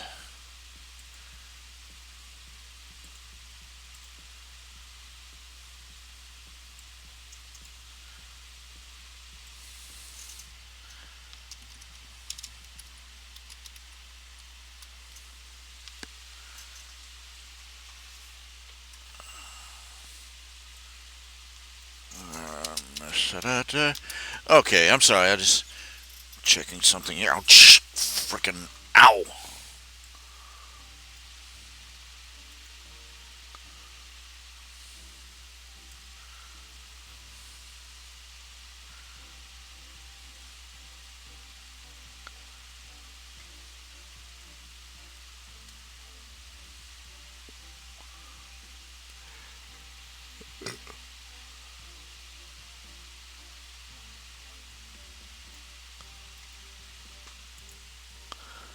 Okay, let's see here. I'm not really finding anything of import here. Two space games they had planned you can run. Okay, what was the name of the one game they came out with fairly recently? The one with the floating diamond on the cover. Uh, with a gigantic universe and infinite number of randomly generated planets and not legend. What was it? It was a bomb. It was complete. It was a complete disappointment for anybody that got it. Procedurally generated, in other words, randomized. We have procedurally generated planets. No, you don't. You have random planets, and that means that after you've generated so many, they all look alike because they use the same algorithm for the randomness. Nope. You know, That's the ironic thing. In order to make a wide diversity of environments and planets, that takes a creative hand. If you want a desert planet and a forest planet and a planet with killer teddy bears and a planet with ancient lost, you have to come in here and build it by hand. You can't randomly generate it. And what does that tell you about the universe? No Man's Sky, yeah. Yeah, they made all these big, huge brags about how epic and huge and big and endless and infinitely variable and all this other stuff. And it was the disappointment of the decade. It wasn't even a particularly good game in and of itself, but it definitely failed to live up to its press.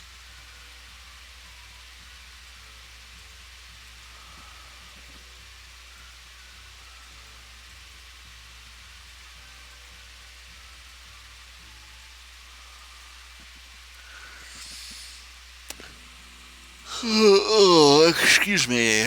Big deep yawn.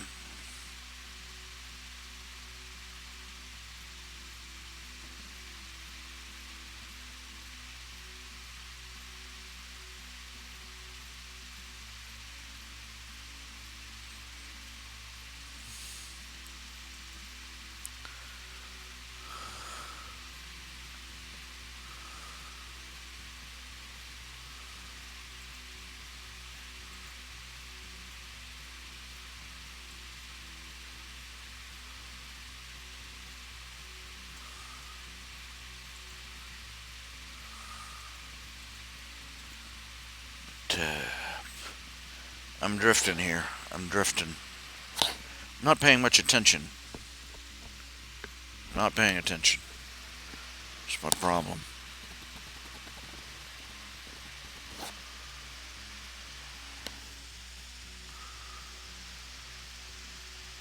Burns. Spot on my leg.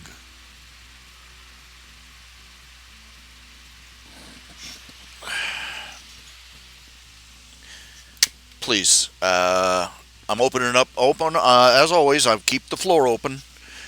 Got half a room full of people here. I don't think the room's full until we've got at least 10 people.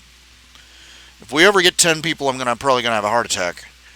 But for now, is there anything that you'd like to talk about? Anything you'd like to ask about? Shoe throwing, complaints, positive, negatives, thumbs up, thumbs down. Talk to me. Give me something. Feedback. We needs it.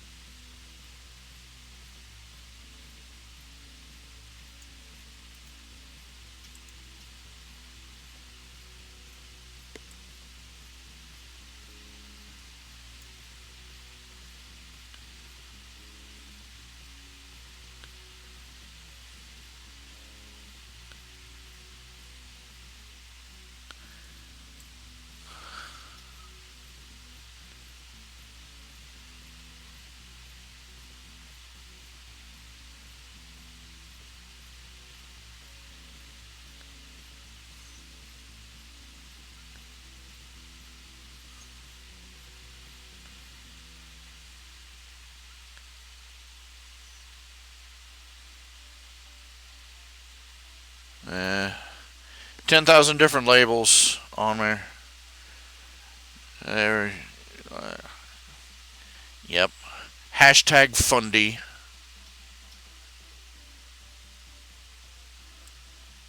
You wish I was a fundamentalist. Believe me, these people wish I was a fundamentalist.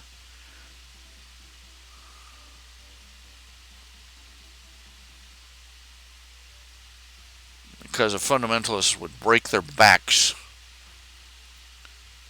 to help them under any circumstances. A fundamentalist Christian would be the one they relied on in the worst of situations. When all hell was breaking loose, they would be the ones that would stand in the way. Me,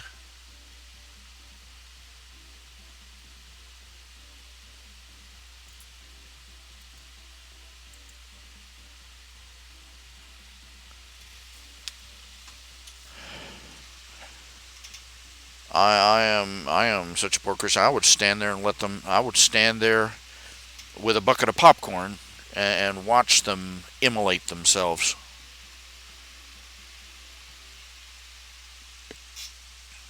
I'm a mean, hateful son of a gun.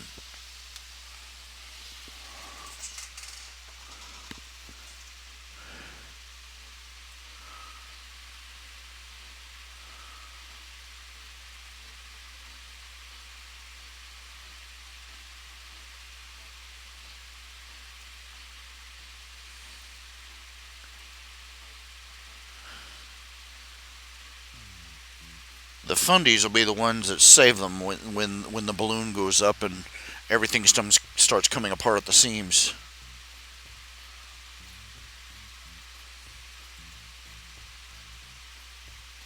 I'm not a fundy.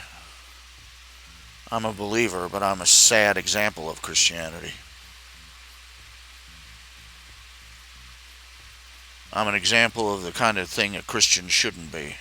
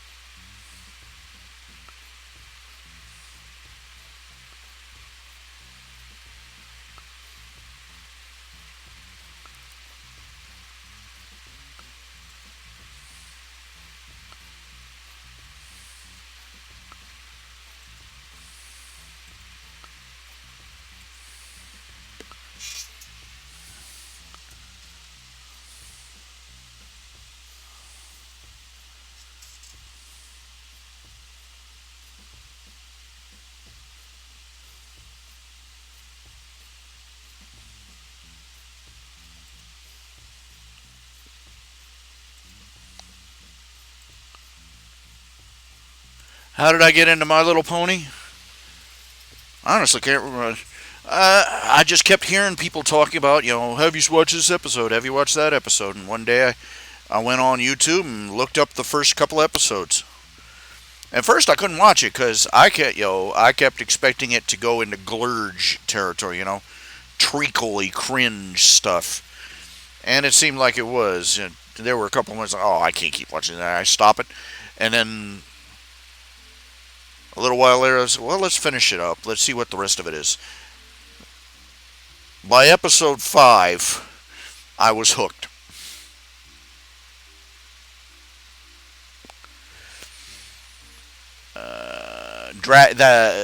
Episode 5 was Dragon Shy, if I remember.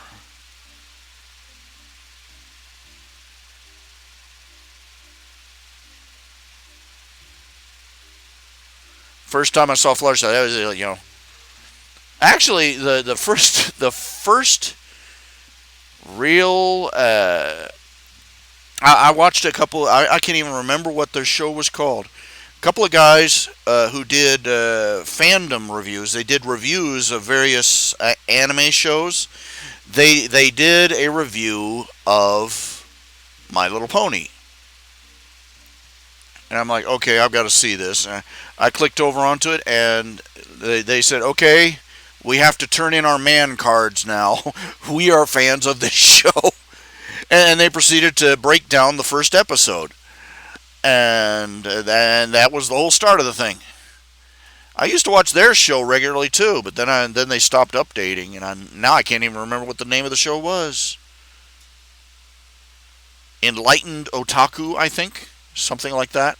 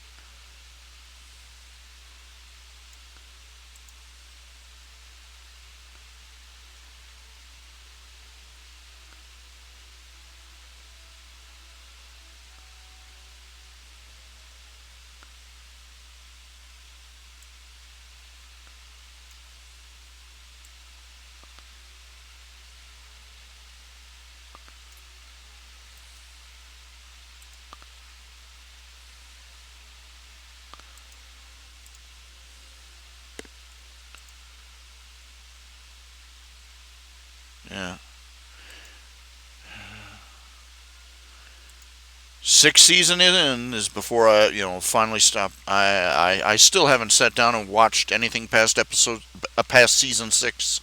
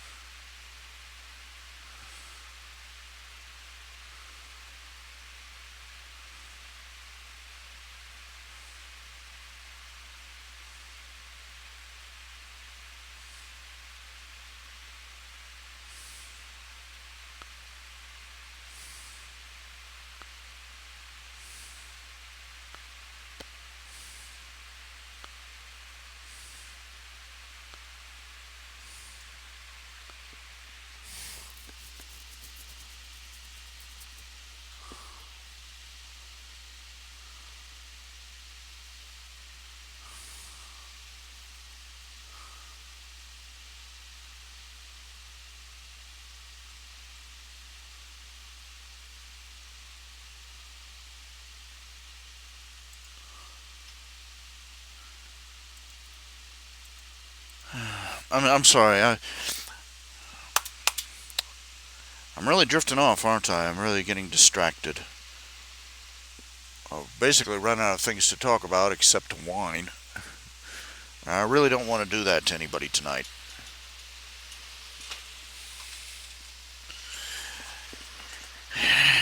It's not like I can be an on-the-scene reporter, just wander around and, find interesting things to talk about.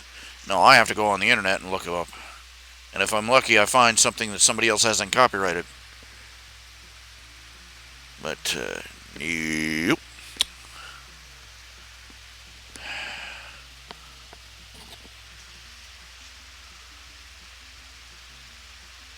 Ouch.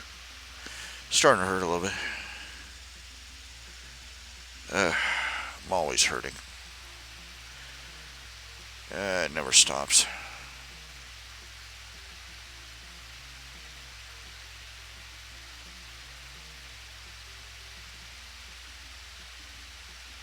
So this is what it means to be an adult, huh? We're sad all the time. We're tired all the time. We, you know, we ache and hurt all the time. What a reward for growing up.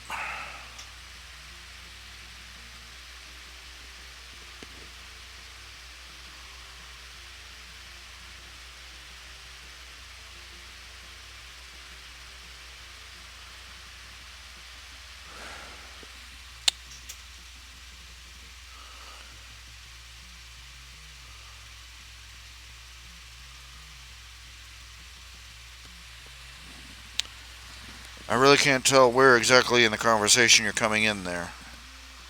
That's the downside of chatting this way. There's too much of a delay between me talking, you hearing it, and then you responding it.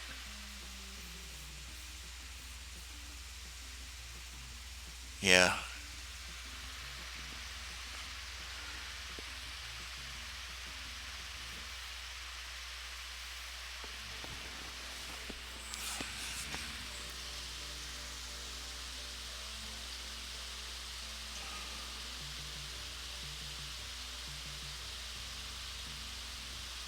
I really would like to just get a good night's sleep. Not wake up hurting and not have to strain and struggle and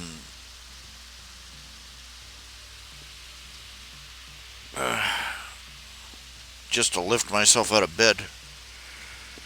I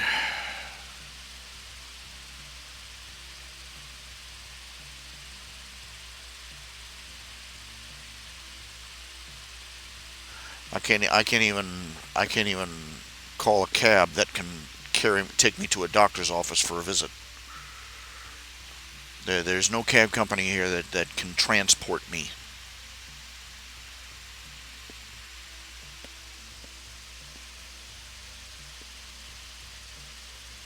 Even the ones that claim to, we're equipped to handle the disabled. No, you're not.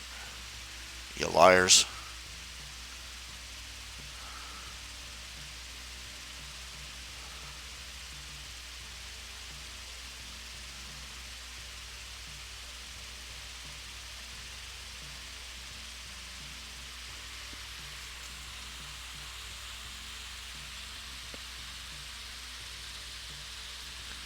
I can't even appear in public anymore.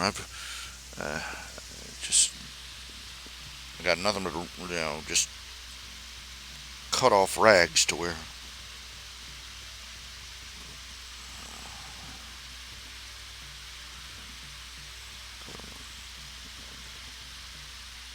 I'm letting things get me down. I'm letting things get me down, and I'm sick of letting them get me down.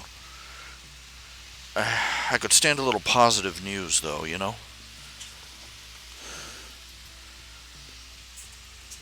The pluses lately have been few and far between.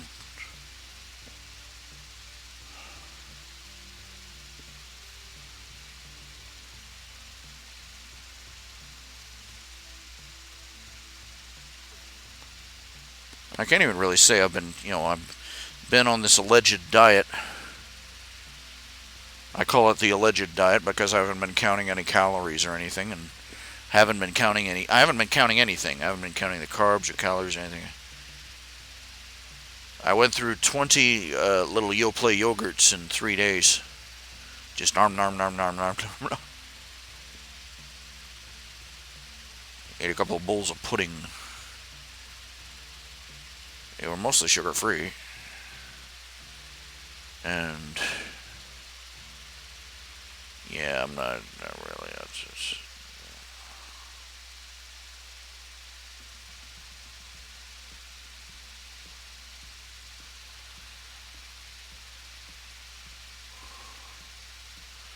I don't smoke. I don't drink. I don't do drugs.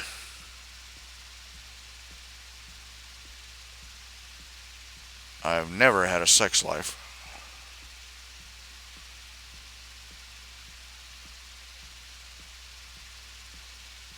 My most extreme indulgence is junk food. Gluttony.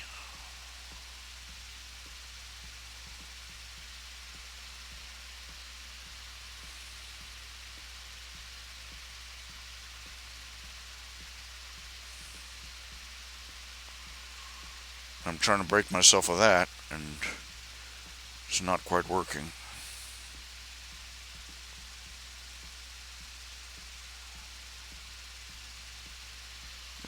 My life is falling apart. What a great time to go on a diet.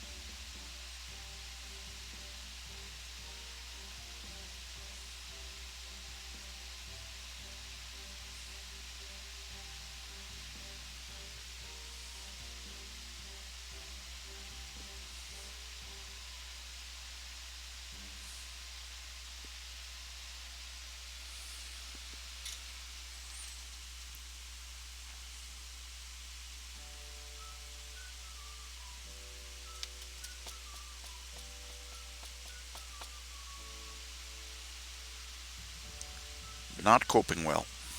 Really not.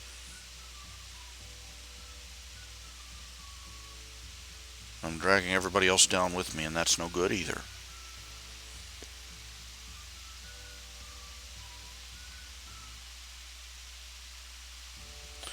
I'm trying to count my blessings, but every time I try and count my blessings, I think of something else that needs to be taken care of, or that isn't working right, or that has to be dealt with, and I end up counting for every blessing I count. I count up three more anxieties. It's not supposed to work that way.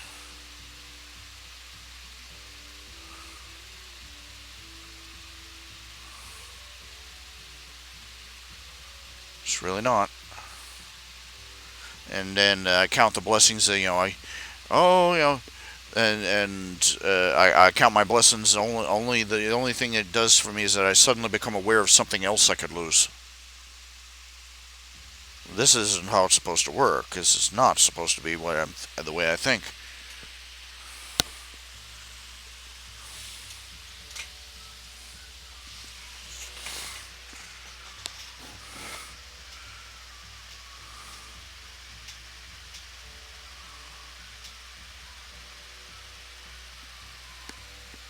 Maybe I should get some St. John's wort. That's supposed to boost your endorphins and your happy chemicals and stuff.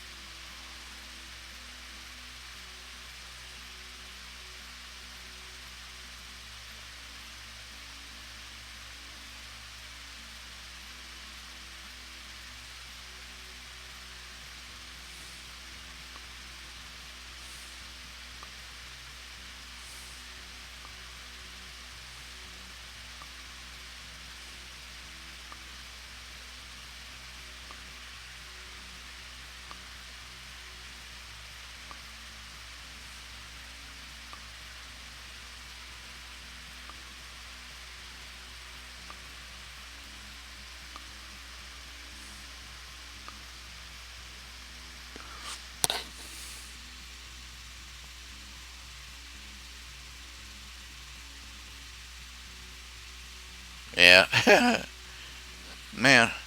Yeah. You say you tried to read. Now, My Hero Academia is fairly good. The original stuff.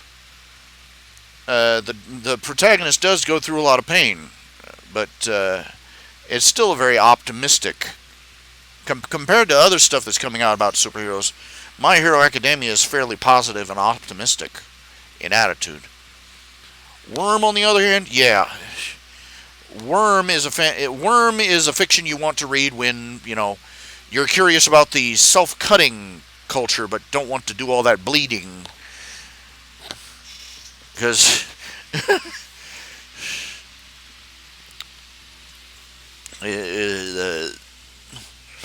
I criticize. One of my criticisms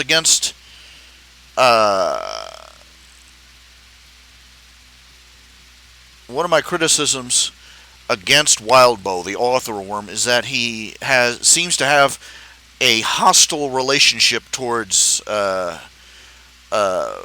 fundamental science and math.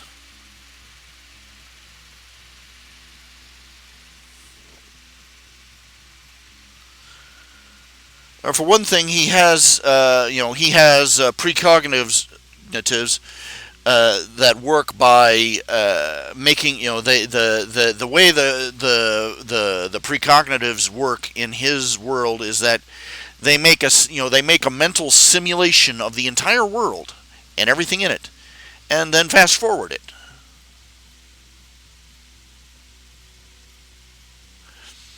And whatever they see is exactly what's going to happen. And no.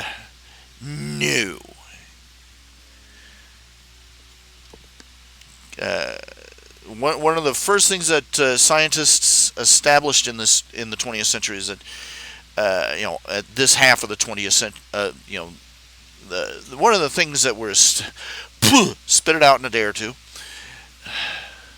One of the things that scientists established in the second half of the 20th century is that no predictive formula or algorithm can be that accurate. Why? Chaos effect. The most microscopic changes in the initial states can result in radical differences. The whole thing about a butterfly flapping its wings, deciding whether there's going to be a thunderstorm in South America or not, that kind of thing. One of the fundamental things they establish about the universe is that you can't, beyond generalities, you cannot predict even something as simplistic as weather cannot be forecasted with 100% accuracy. And the larger the system that you try and forecast on, the more erratic your predictions are going to be. But everybody and their uncle in his stories uses precognitive abilities that let them predict everything down to the last molecule. No, Wildbow, no. It's worth another example. He's math phobic, basically. He has these creatures called endbringers. And the idea is that their skin is they're out, they're made of layers like an onion, all the way down to their core, and they have like 100 or so layers in their body, 40 or 50 in each of their limbs, and each layer is twice as dense as the one before it. Now, somebody did the math. For that to be true, a single endbringer would have more mass than the entire Milky Way galaxy.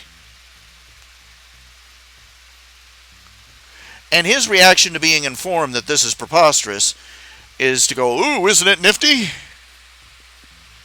Well, anyway, this guy criticized me. I made fun of him. I made fun of Wildbow in my stories because of this, the preposterousness of it. And this commentator was, "What are you complaining about? What are you talking about? It's a superhero story. Anything goes." No. Anything, not anything goes. In fact, when you're writing fiction, you have to be more adherent to the laws of common sense and causality and the limitations of science than you are when you're writing a autobiographical story.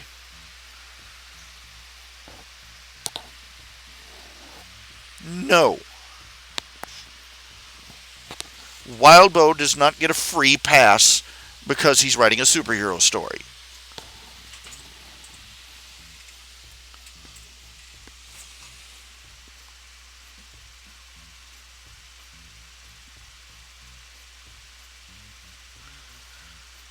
Space battles? No. I forget which group it is. Sufficient velocity, I think.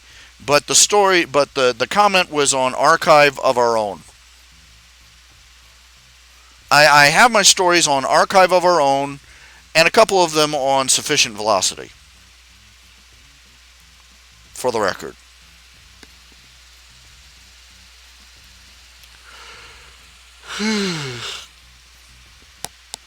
I'm debating on whether to move the stories over.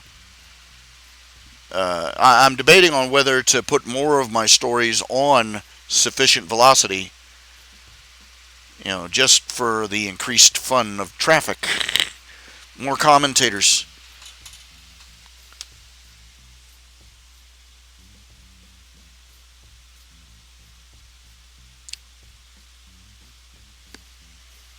I love feedback. It's my heroin. It's my crank. It's my crack. It's my cocaine. It's my jumbo pack of lemon-filled Twizzlers. I could go for those now. Big bag of gummy bears, or a tub of Jelly Belly jelly beans, or Twizzlers. The kind with the fruit filling. The filling.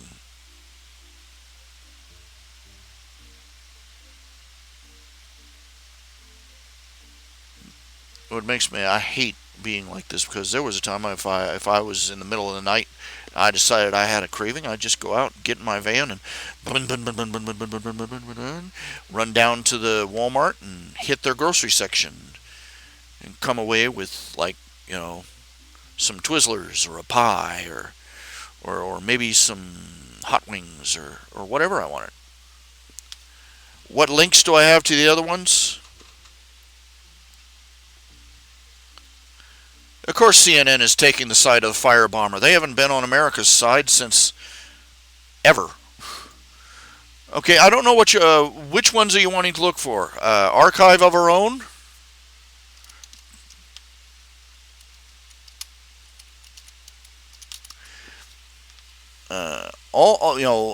All my stories. There are no different ones on.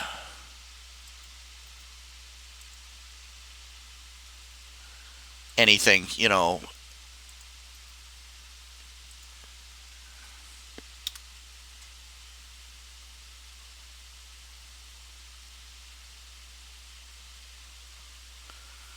That's a list of all my stories. I got all 22 works. All 22 works are on Archive of Our Own. It's only Ladybird and the Warcrafter that are on that are also on Sufficient Velocity.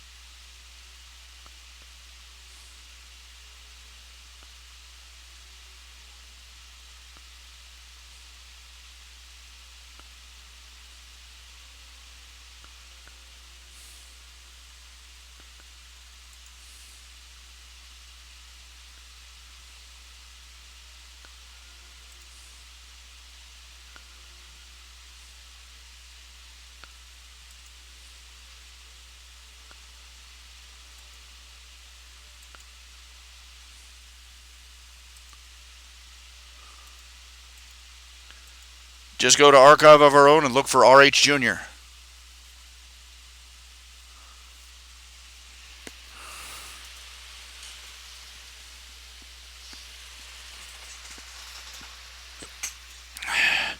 Leftists are children who want their fairy tale to come true, and they will throw a tantrum until they get their way. And they will only regret the choices they made when it's too late.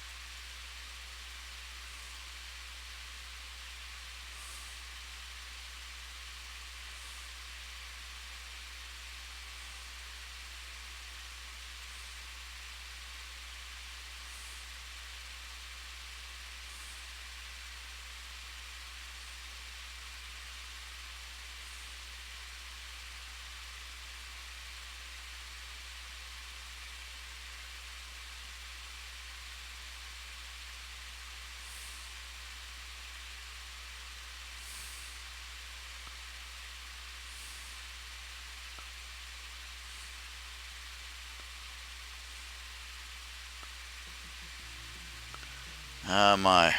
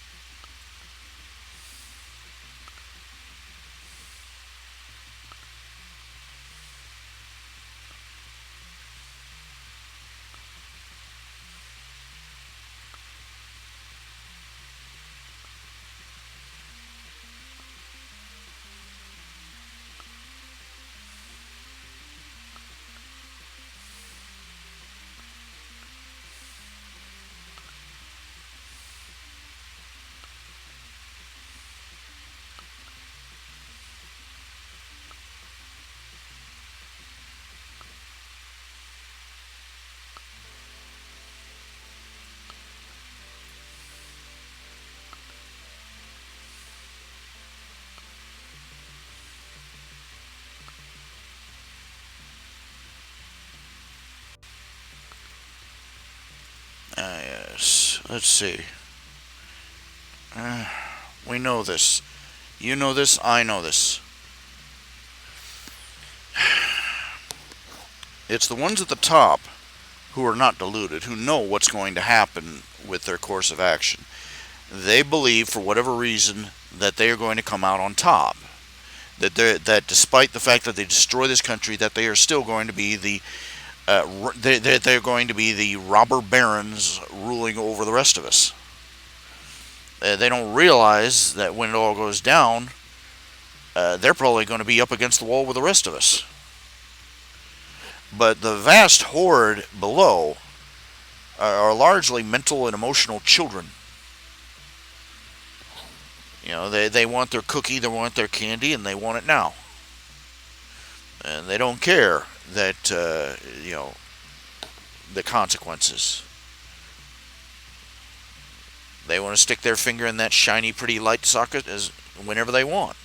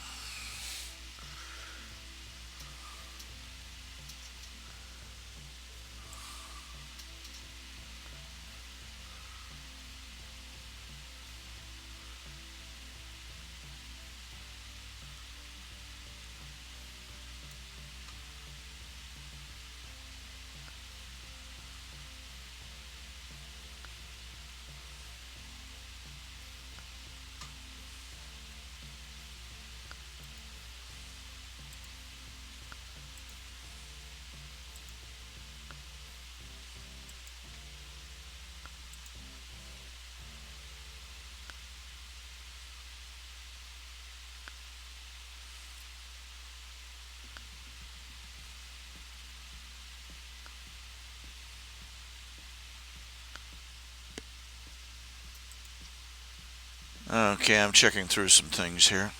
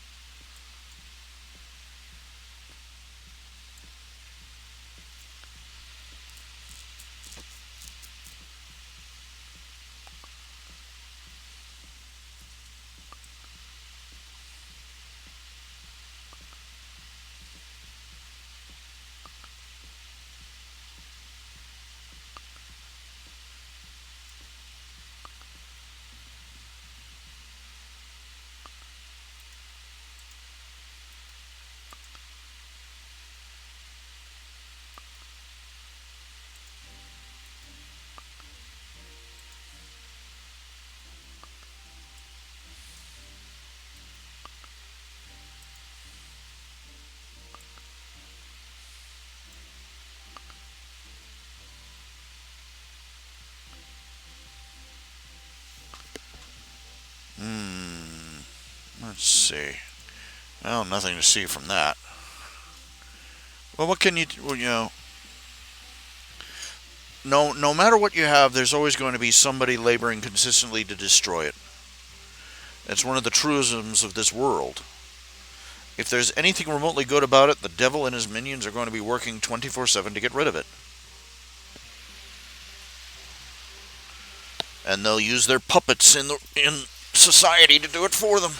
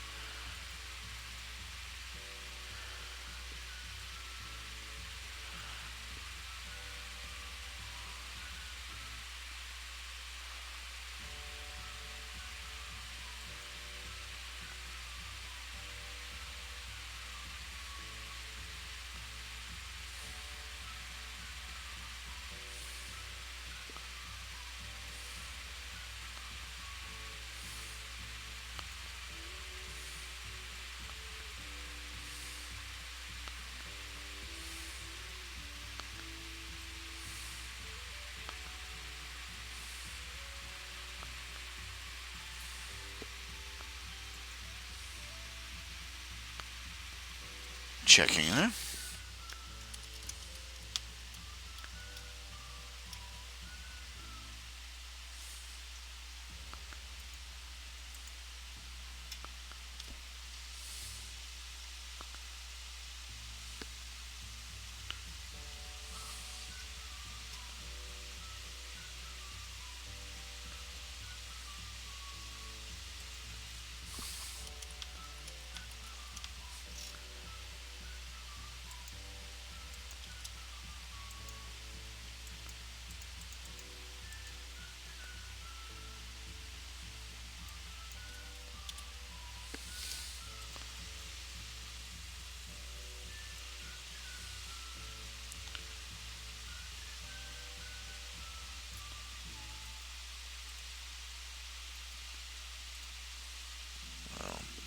Okay, I'm spending way too much time between sentences at this point.